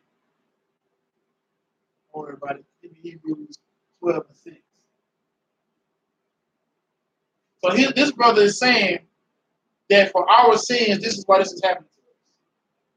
He ain't sitting there, no, woe is me. Oh, why it gotta be me, Lord? Oh, Lord, I didn't do anything. Well, you said this. Save me right now. Where you at, Lord? I know you hear me. He ain't doing that. He understood what the hell was going on. He understood that our people are sinners and we're being punished for our sins. You got that? Read that. Hebrews 12 and 6. For whom the Lord loveth, he chastises. He do what? For whom the Lord loveth, he chastises. The Lord chastises who he loves. The white man homosexual. Right? The white man eats pork, crab, shrimp, lobster, right? The white man murders. Is the Lord punishing him yet? No. But let you go out there and do that. What happens? The Lord gonna kill you. That's correction. You don't catch me in the street correcting other niggas' wives. I don't do that for. Hey, my wife. I correct mine. I ain't correcting other people's kids. White kids get on the bus. I don't give a damn what the hell they do. I'm hoping somebody break their neck. Right. Not my child. The Lord chastises who he loves. The Lord loves strong. He loves you to death. Literally to death. Like, you know how the mama say, I brought you into this world, I'll take you out? He literally would do it. He'll take your ass out. But it's out of love. All you gotta do is follow the law. These laws are not grievous. Pig ain't the only thing you can eat. You need other things. You know what I'm saying? You don't have to tell a lie. Just don't do it. I ain't gonna lie to you. I can't remember when the last time I lied after coming into the truth. Because it's like, what are you lying about? What do you usually lie about? Things you're not supposed to do. Well, I'm not doing things I'm not supposed to do. Right. I don't have anything to lie about. Oh, that's just a little white lie. No, white lie not. It's not hard to not lie. Just don't do it that you would have to lie about. Because what you do in the dark, it's going to come to light. Somebody's going to find out. General Muhammad is going to find out some kind of way. Right. Don't think I'm going to be a brother and keep the secret. I'm going to be a brother to General Muhammad and tell him that. Right. Don't come and confide your darkest sins into me. Because that's going to be good. The general going to text you, call me, and you're going to be wondering, hey, what do you want from me? I'm going to be like, I don't know. I don't know what he wants. You know, that's not a lie. I really don't know what he called for. Right. We going to find out. Answer the phone. Right. Yes, sir. Right, yeah. Then you know, is Malak on the phone? Come on. Did this brother say this? You gonna be like, I told you this is private. Right. I'm not, don't trust me what you're saying. Right. I'm gonna tell on you that. You feel me? That's just that's being a brother. Because if you get caught in that, the UPK does it. Not just you.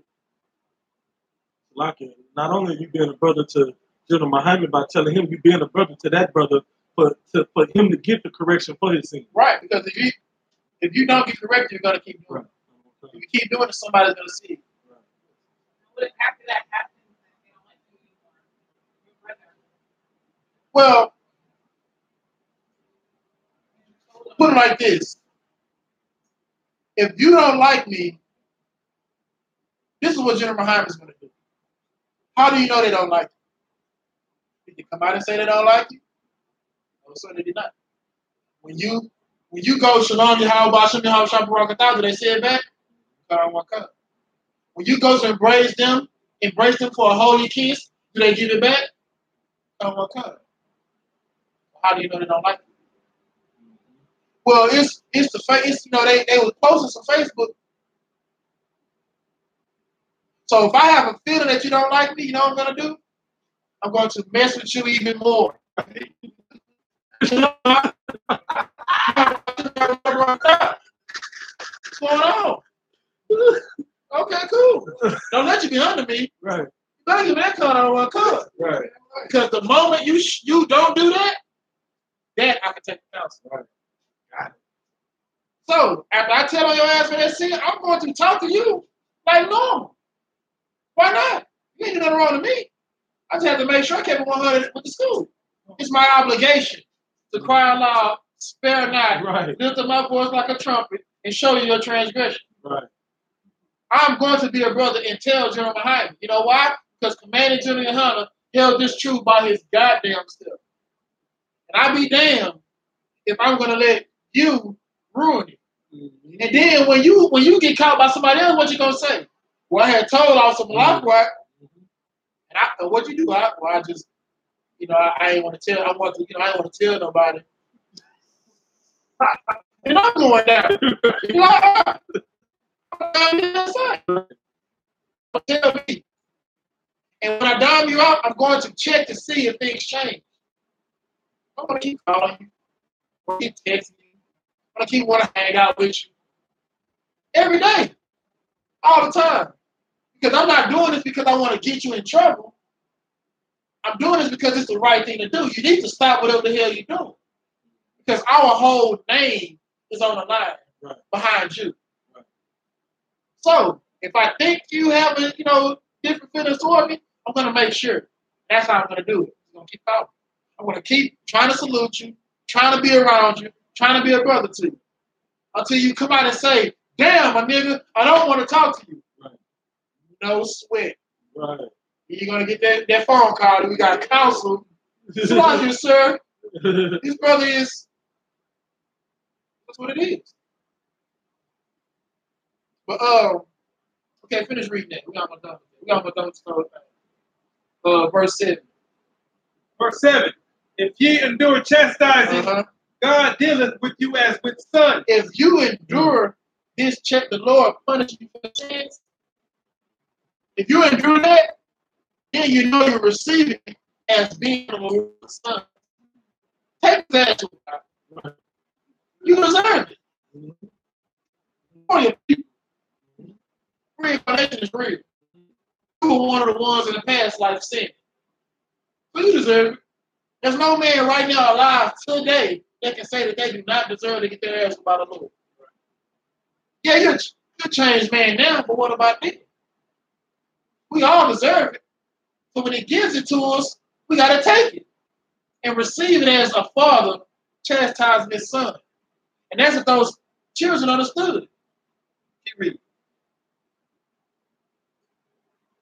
Or what son is whom the father chastiseth not? Who the hell are you going to be a prince of the power and feel like you can't be chastised?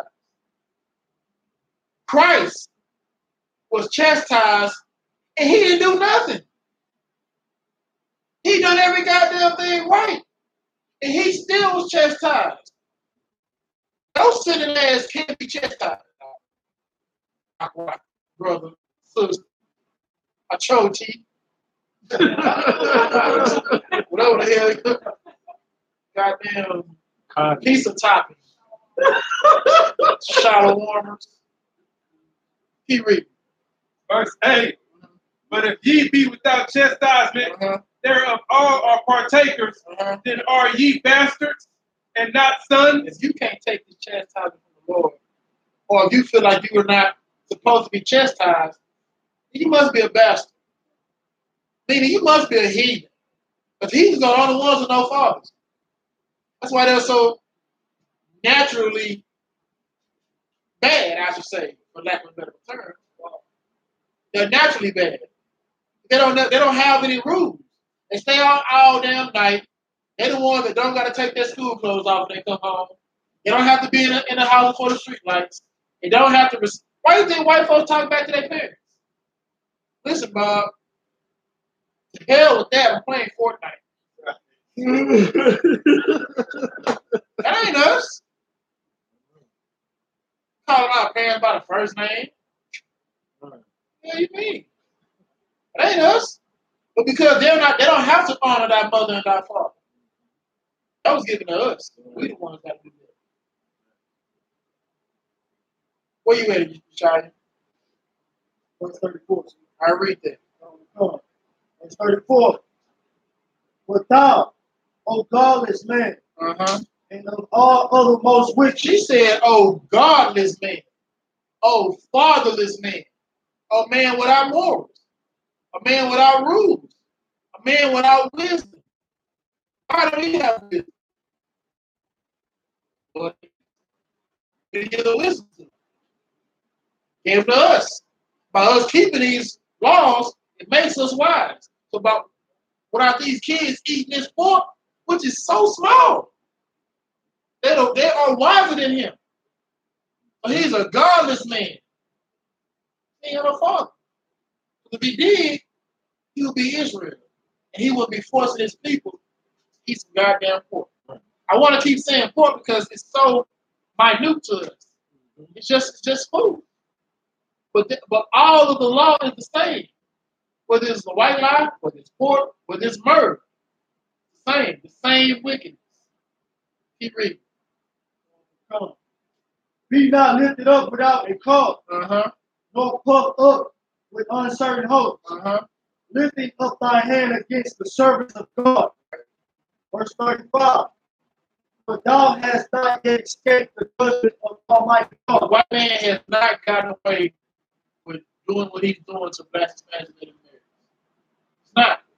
It might seem like, goddamn, the white man doing all this, they own every goddamn thing. They got Fortune 500 companies. Like now, last Sabbath, at camp, white man come through with a goddamn Ferrari with the drop top. You know, we out here keeping these laws, waking up our people, not sinning, and he the goddamn nigga in the Ferrari. He haven't escaped the judgment. Trust me, he has not. The white man, woman, or child have not escaped that judgment. Keep reading. Who seeth all things. God sees it all. The Most High sees everything they're doing. Keep reading. Verse 36. For our brothers who now have suffered a short pain A short pain. are dead under God's covenant of the everlasting life. Because once you keeping these laws and coming to Christ, that's exactly what you want to see. Everlasting life. Not something that you're going to be able to sell your soul for the riches of this world, for the friendship with kings, for the being the CEO of Fortune 500 companies. Giving your soul for it? That ain't what it is. We keep reading. But thou, through the judgment of God, shall receive just punishment for thy pride. And the white man will be, we already read that in Obadiah. He's going to be cut off forever. And after Esau's reign is whose reign? Ours. Jacob's. It's coming. The time is the time of the heathen is upon them now. Get close. They haven't escaped what they've done to us in slavery 500 years ago, or what they're doing to the Hispanics right now in 2018, or the 500 treaty that they've broken against the Native Americans. They haven't escaped it. Keep reading. Verse 37. But I, as my brother, offer up my body and life for the laws of our fathers. He offered up what? My body and life for the laws of our fathers. We are supposed to kill our fleshly desires for the law. You're supposed to give your life to this truth.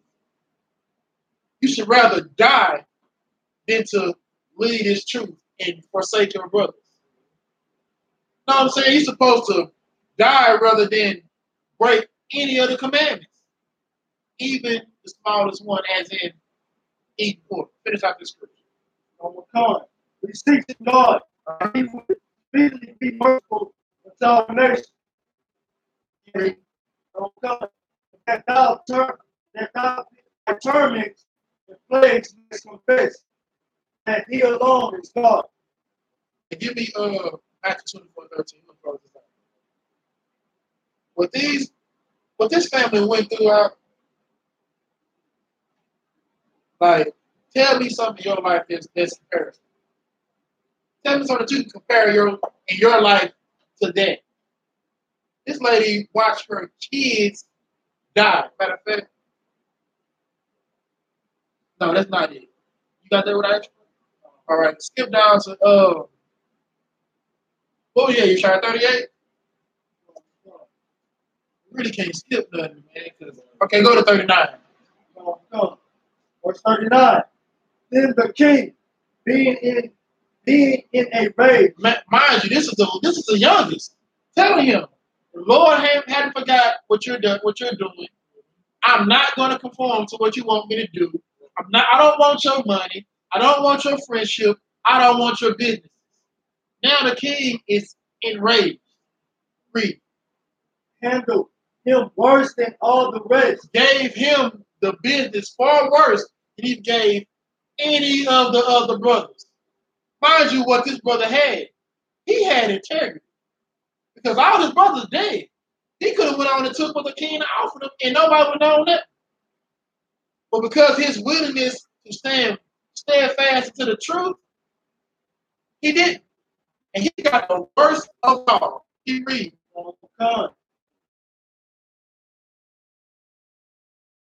Was pissed that this little nigga mocked him. Keep reading. Verse 40. So this man died undefiled. He did what? Died undefiled. This man died undefiled. Because sin defiles you. He died undefiled. That's honorable. Him dying undefiled is far better than you living defiled.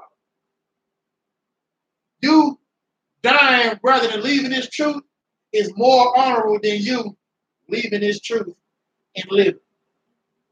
Everyone who leaves the truth should die.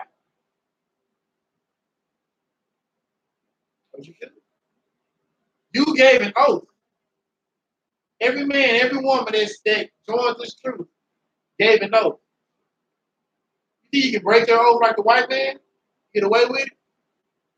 You can give your word like the white man? You get away with it? But luckily, Malakwa's not in charge. Looking for you. Because if I was, then you die. Not saying like, commanded you, like the Lord should just kill you for leaving your brothers in a time of war. You know what the white man do for desertion? Let you go over there in Iraq right now and shit get real and you decide that you want to leave. You can get killed for that. For desertion in a time of war, you die. That's what the white man does. You know what I'm saying? Since you want to be like the white man so much, that's what we ought to do to you. Because of the Lord and his mercy, we can continue living. You dead to us. You damn sure dead to me. We're only brothers and sisters because of this school. You leave this truth, you ain't nothing to me. And what's going to tell you, oh man, the real is true. And these kids are dying. The woman is watching her kids die. You talking about some real or give a damn, some job? Give a damn. Oh, this brother was doing this. I don't give a damn what this brother did. These kids gave their lives to not eat bacon. You mean to tell me you're not strong enough to endure this truth? So he died undefiled. I'm going to read the rest. And put his whole trust in the Lord. I read it to you. This sums up everything inside of this. But this sums up everything his kids do. Matthew 20:13. But he that shall endure unto the end, the same shall be saved. And what? He that shall endure unto the end. Till the end. You can still end up being a Christian. It's niggas that was in this truth, regarded as high ranking men and upstanding, brothers and sisters, are now Christians. Christians say they saved already. For what?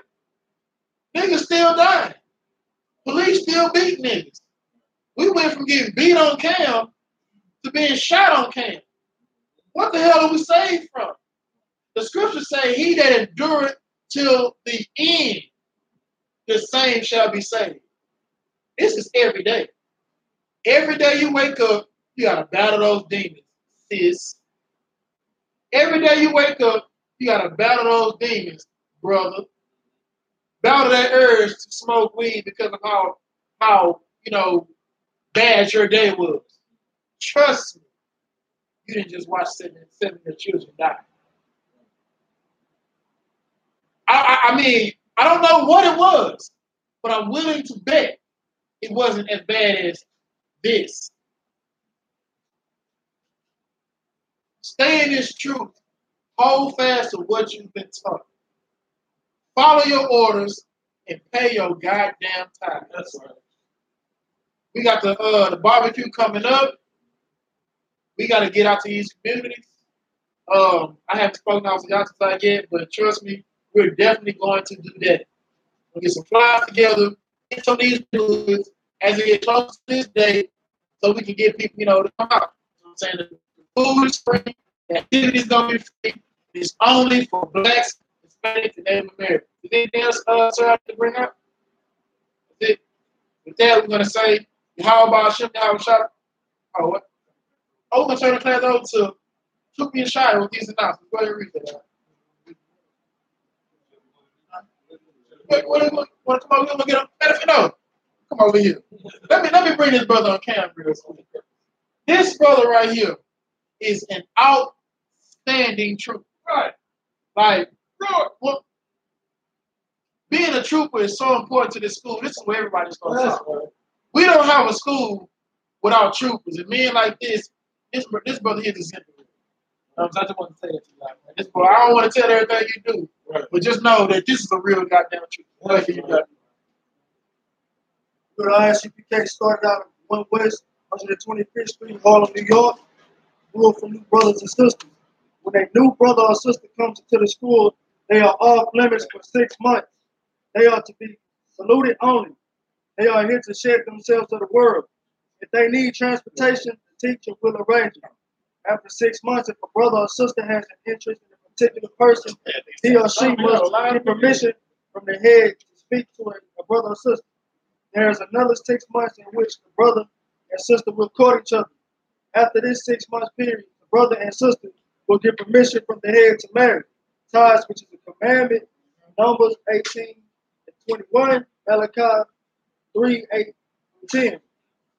Means 10th in the Hebrew, by Asherah. 10% of every penny. 10% of every penny of every increase the Lord gives you. Give to the Treasury Department of Teaching. Priest funds. Free will offering for priests, not mandatory. Whatsoever amount you would like. Upcoming holy convocations. Blowing of the trumpets, which is September the 10th. That's in Leviticus 23rd chapter, verse 24. Reminder. If anyone wants to be a trooper in the school, start wearing all black. Boots, shirt, pants, headband, scarf.